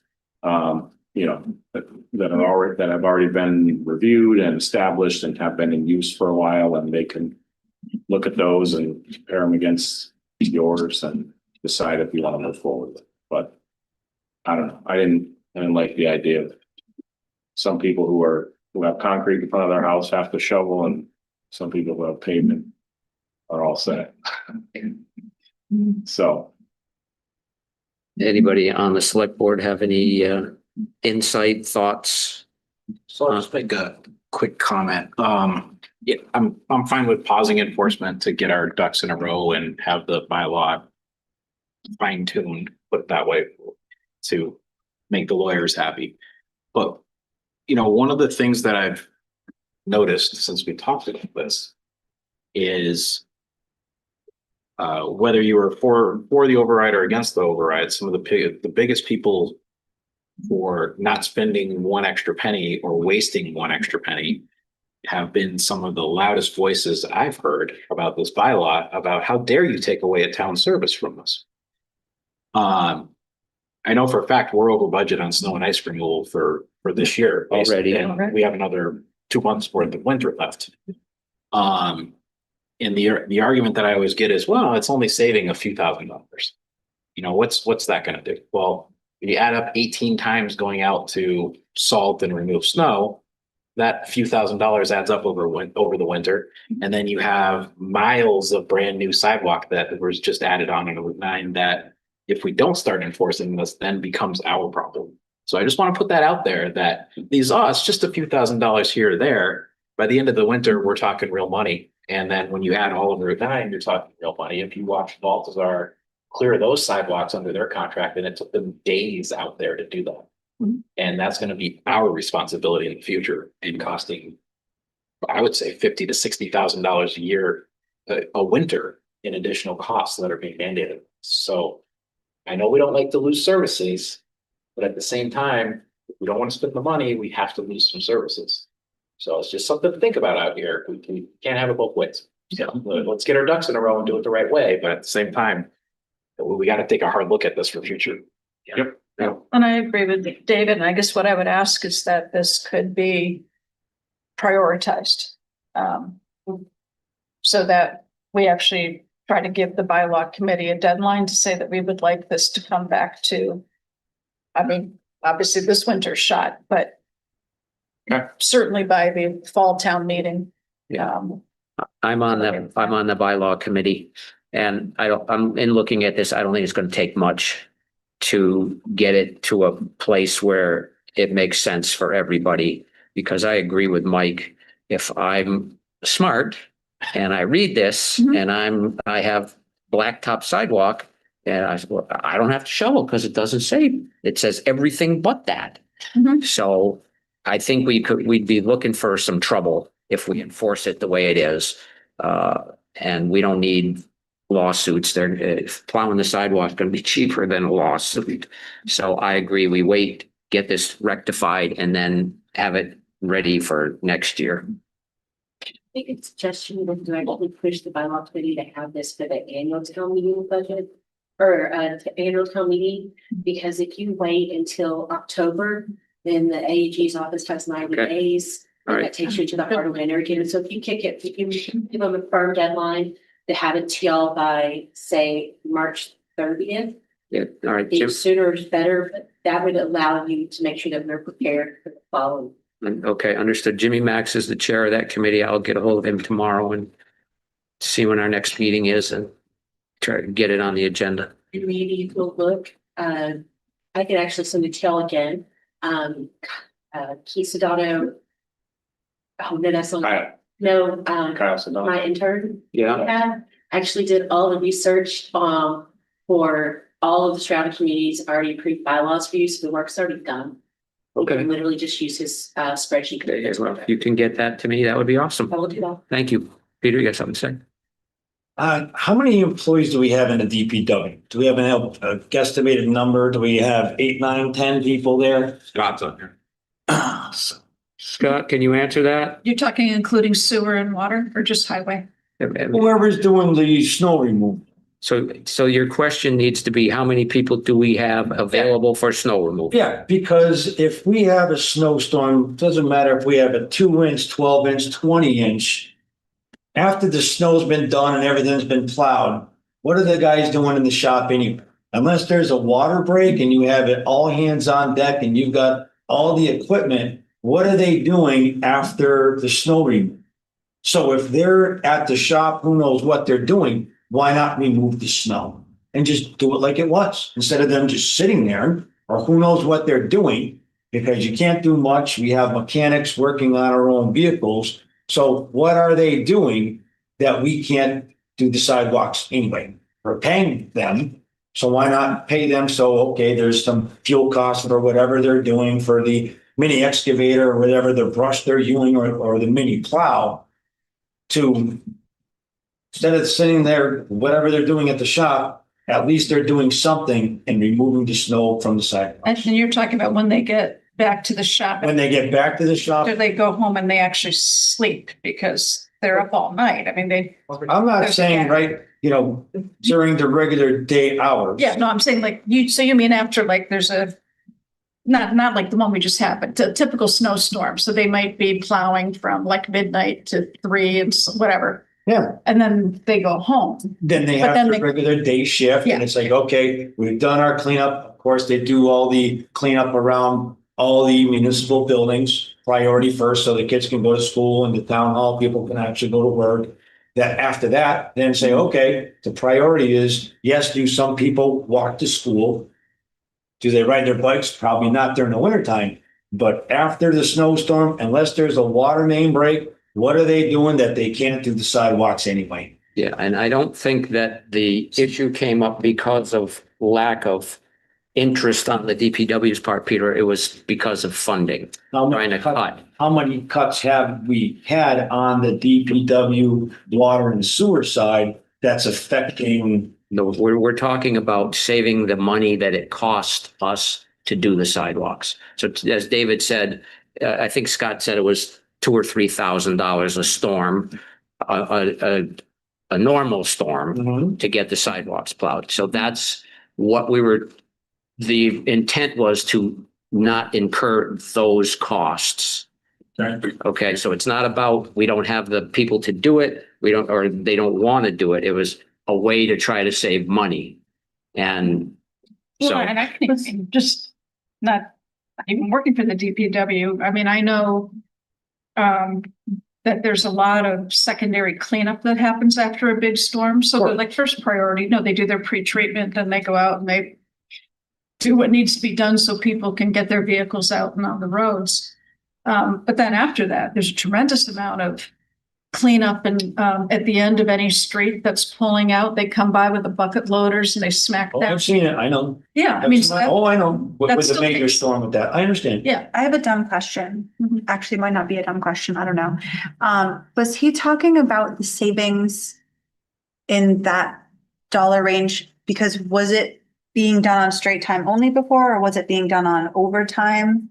I don't think we had a We don't know. differentiation. We know. Oh, we don't know. They're saving on fuel costs because they're hired anyway during the day, so it must be fuel costs and operational on the equipment. Well, anytime we do anything, there's this thing called opportunity cost. So if I'm doing this, I can't be doing that.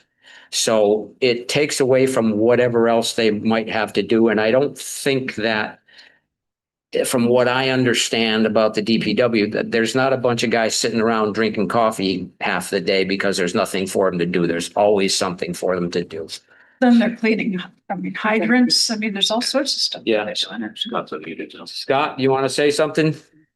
Yeah, I think, a lot of people don't understand what really happens after the storm. Like Molly was saying, there's a lot of tasks that have to be done, clean up this, clean up that, field this call, our regular routine work needs to be done. There's a lot of things that go along with it. And I know Peter had mentioned, kids getting to school, and in my opinion, and safety matter, I mean, I verify with the superintendent, the sidewalks have to be somewhat ready for people to go to school. There's people that potentially could walk on that, and that has to be ready. So doing it on the next day or the following day or what have you, it may not be a viable option. I mean, we can do whatever, go in any direction you want. It was a cost saving measure, as Randy said. I was tasked to come up with cost saving measures, that this was something that we looked at that could save the town money. It's getting negative feedback, which is fine. We can, I can do whatever needs to be done. Just people need to be able, we need to be able to fund this. It costs money to do this. And I think another thing, we've had multiple calls with the Route 9 corridor. So with that being said, I think you're either in the sidewalk business or you're not. We're going to have to contend with the whole Route 9 from the bridge to the Amherst Town line. We had 2 calls today, one to us and one to the police department about section of Route 9 that weren't done. Both parties called Mass DOT and said, it's not our problem. That's onto the town. So, and those are pending right now. So that's another problem. So the Where big was that? picture is this, one is down, in front of like the Stop and Shop area. And then, the other one is on the corner of Bay Road and Route 9. There's an Okay. area there that it's not So, done. yeah, so those are sections of the road that is not being worked on right now. So technically, we own the sidewalks, the maintenance of the sidewalks. Correct.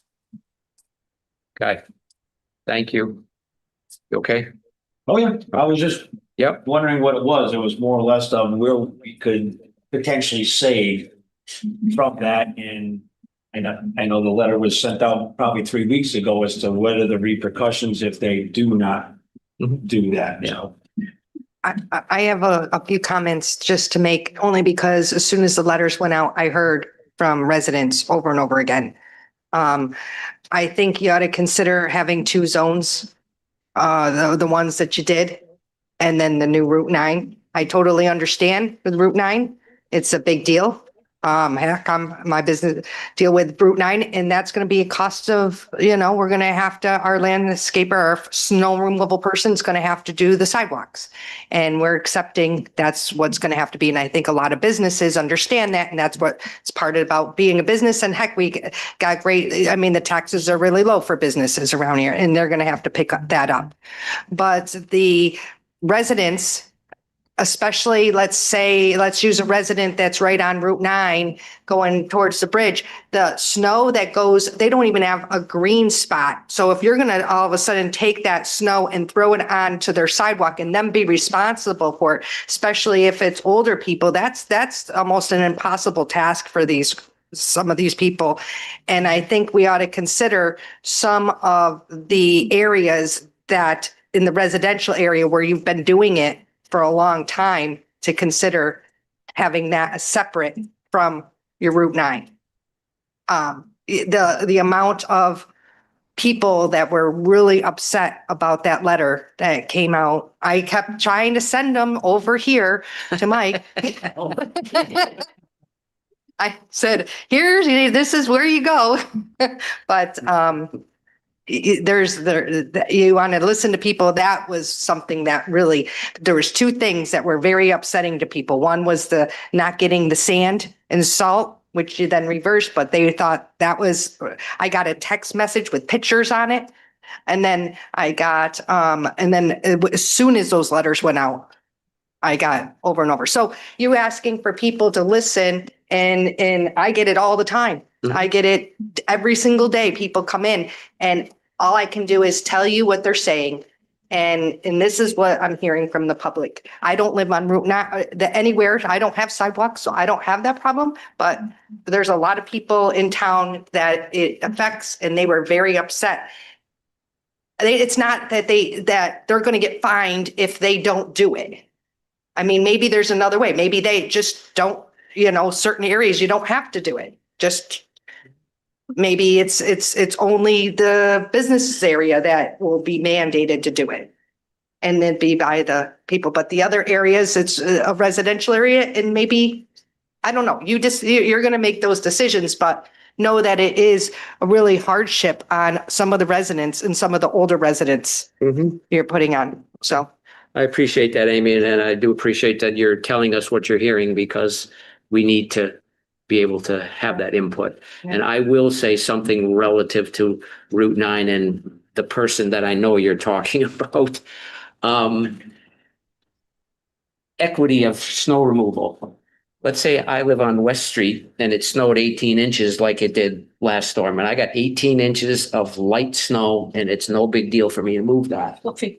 But now I'm on Route 9, and this person that Amy's speaking of has a sidewalk that's got 36 inches of wet, heavy slush that has to be moved. So, yeah. So how do you justify me having it easy and that person having to work for a week to do it. It took me an hour. So that's stuff we need to ponder when we move forward with this too, I think. And I know that, people have talked about, well, all the surrounding cities. I know Molly's from Northampton. She had to shovel when she was a kid, going uphill both ways. Yeah, but if you think about it, back then, most of the sidewalks were in the city and the lots were 50, 75 feet wide, maybe 100. So it's not like some of the stuff that we have. It's a whole different animal. But anyhow, just stuff we need to ponder. Well, I'm curious to know, Route 9, obviously it's a state highway, and why isn't the state taking care of those sidewalks? Did the town request that the sidewalks be put in? No. And we are getting burdened? Yes. Never accepted Taking ownership. care of them? It's a state highway, a state sidewalk? Yeah. And someone mentioned here that they contacted the state and they said it's not our problem? They won't touch it. The only reason they're doing what they're doing now is because they're under contract because of the construction. Once construction's done, nobody's going to touch them from Baltazar like they are now. That conversation was had with them. That sounds like an unfunded mandate. But it wasn't. It is. Funded mandate. Yeah. Right, back with David Nixon and when they were doing down here, they were, I think, commented in it. I think there was even a quote in the newspaper that the state was going to do it and there was They agreed. they agreed. Yep. And then when I argued with them, I gave them a copy of the paper because I was arguing when they were first putting in and I was going over our corner of what's happening on when they were first doing the design. I had Boston, I had the designers in and I was arguing and I wanted them to do it. And they were pushing it. I think it's something we need to push back on. Yeah. And push back hard. Yeah. I think David did a fabulous job at one time when it said, at the time, they came back to him and said, well, if you don't like what we're doing, we'll take an eminent domain type of thing.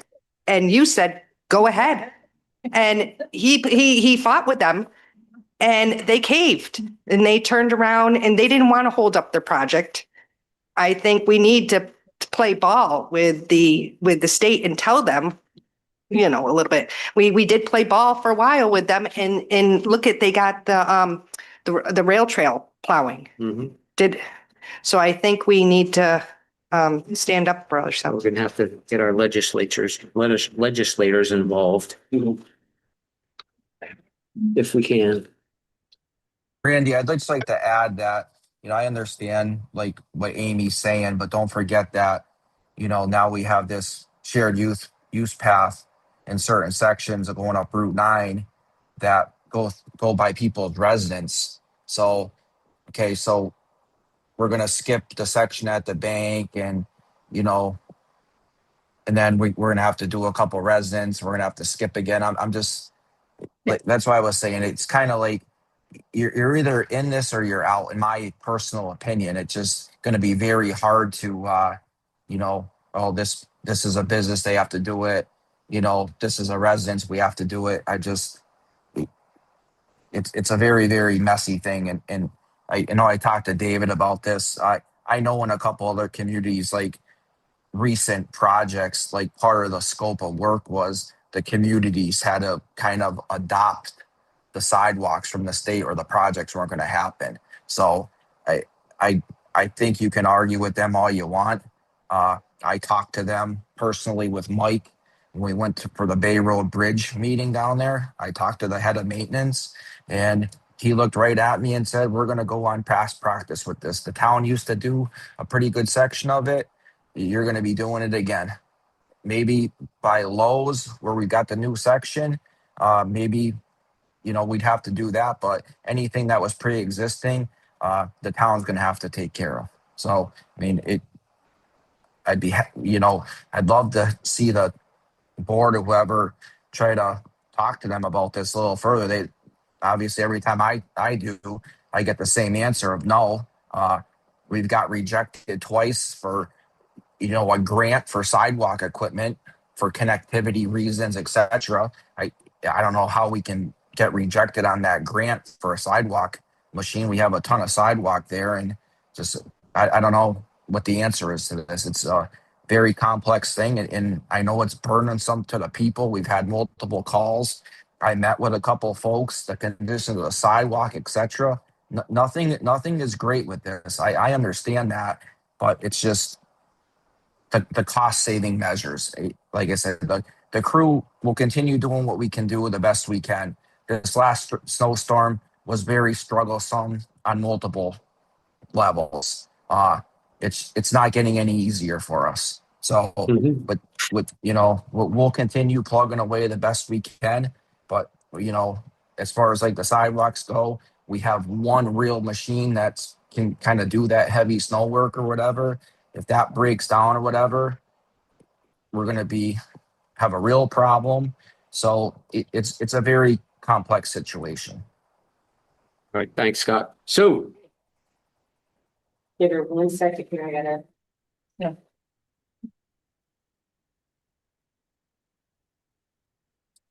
Yeah, there's.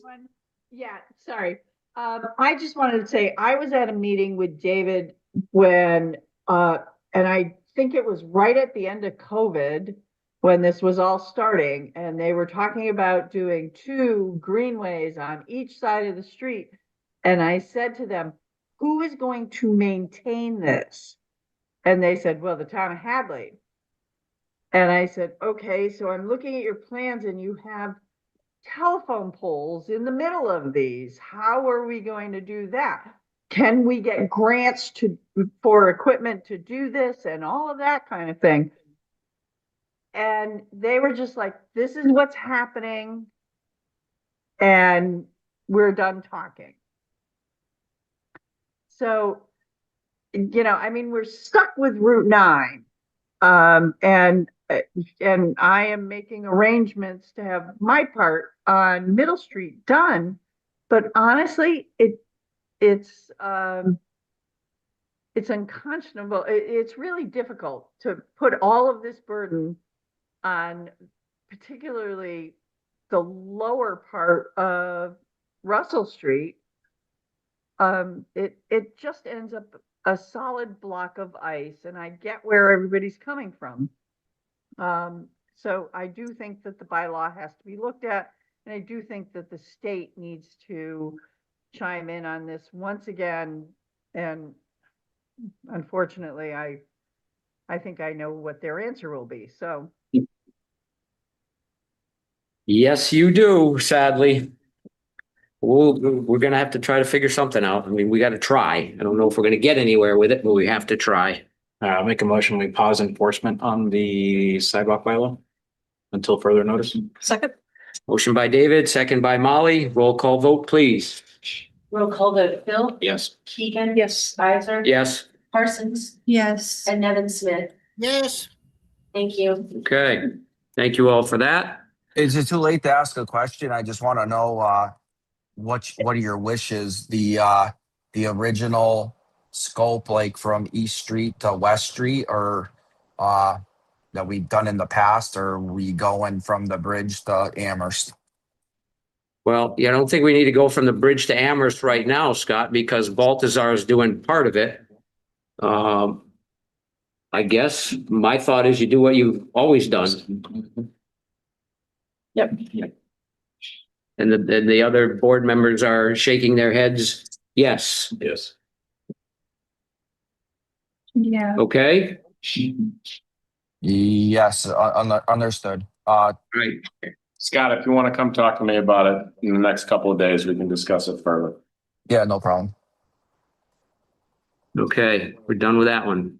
New business, item 6.1, solar landfill project. We're going to pass over that. The committee is not ready to present anything to us this evening, so we'll do that at a future meeting.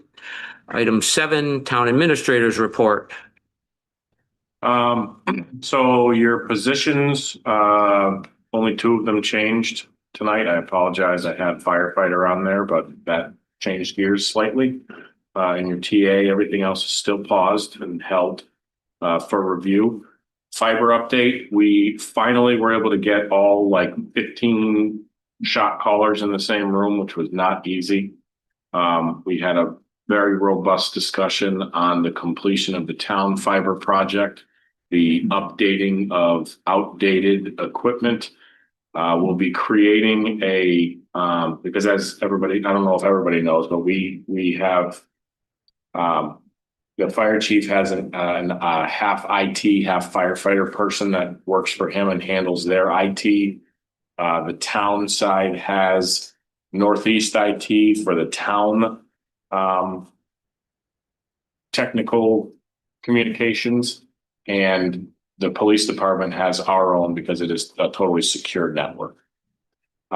We needed to put all of these people all on the same page. So we're creating some Google documents and some ticket programs so that everybody can be on the same page. And Kyle from the fire department is moving forward with updating a whole bunch of IT equipment around town that he did get a grant for. So that is finally moving forward again. Disregard the landfill because I thought that was going to be an update. And levy rehab. We had a meeting with Senator Markey's office on the 28th to discuss possible funding opportunities. We will be working with the Army Corps of Engineers to look for multiple ways to find funding to do a feasibility study. So, because they suggested that would be the first step in looking towards either making the emergency repairs needed or possibly even upgrading the entire levee. We will be submitting that funding application early this month. And the last update is that town council was able to meet with the select board on the library roof situation. That has been something that has been going on for multiple years before I came on board in this role. And I'm trying to bring it to a close or at least get to a decision. Because of the fact that it's been going on for so long, it's gone through multiple town administrators and multiple versions of select board and finance committee as well. It is extraordinarily convoluted and confusing situation. And ultimately what needs to be decided is, potential litigation. How do we pay to repair the roof or a combination thereof? So what I have asked council to do is basically a full review of the process and what has happened so far, and then make public. We'll invite them to a public meeting. We'll have finance and select board here, and they'll make recommendations based on everything that they've been able to learn from all the parties that have been involved. Some of those folks don't even work here anymore, so they're going to be tracking people down and hopefully talking to some folks to try to figure out how we ended up where we ended up. That's probably the most important thing, that and the levy situation. The most important things I think that happened since the last select board meeting. That's all I have for you tonight. All right, thank you. Anybody have a liaison report? I do. Okay. So just quickly, as you know, I attended the Mass Municipal Association conference a couple of weeks ago, and just wanted to give a quick report on that. There were the usual, governor's speech and Senators Markey and Warren. The governor did the State of the Union address, so to speak, with budget updates that have all been widely publicized in the papers. And Linda knows what all those numbers are, right? The governor's budget, and that goes back and see what will happen there.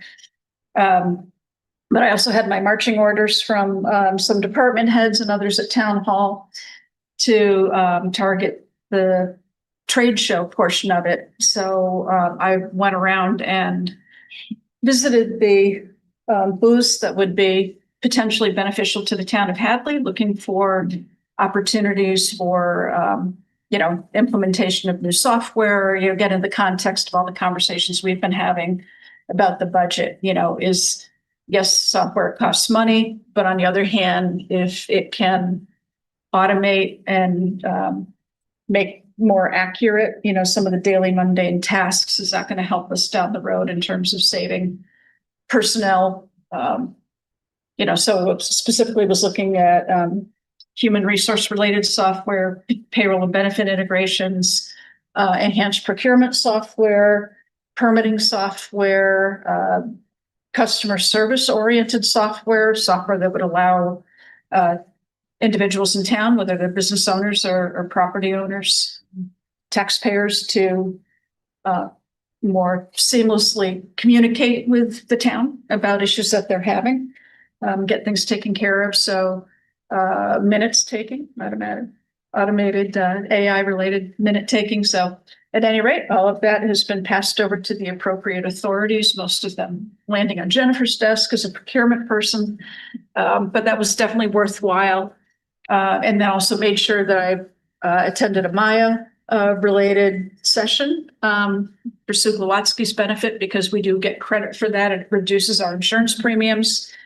And that was on a labor law update, which is always terrifying. So I walked away from that not too happy, worried. But then in large part, it's an opportunity to network with other officials in other towns. And so I made some new connections and had opportunity to talk to some of our neighbors about everything that they're going through. And the overarching discussion had to do with healthcare costs and the struggles that everybody is having, and revenues, structural deficit, with Prop 2.5 revenues not keeping pace with expenses. So it was actually the mood this year was pretty down. I've been over a dozen times to this thing, and this is the first time that people were really, and just feeling badly. And everybody's in the same boat. So just passing that along and encouraging all of you to attend as well. I think it's already over. Next year's coming. No money. All right. Anybody else have a liaison report? Hearing none, we're going to item 9, announcements. I know Molly's got something to announce. Are you checking about the others? Yes. Okay. Anybody have anything? T-ball? Oh, T-ball registration is now open. Contact Park and Rec. Right. Okay. Oh, that's good, because that's like in my backyard and I love listening to that. So sadly, it's kind of that time of year. We have a number of condolences this evening. So the select board would like to express condolences to the families and loved ones of the following individuals who have recently passed. Harriet Dickinson Aldrich, Matthew Sis, Stephen Kirish, Victor Cotis Jr., Mary Jane Snyder, and most recently Nick Wittelitz.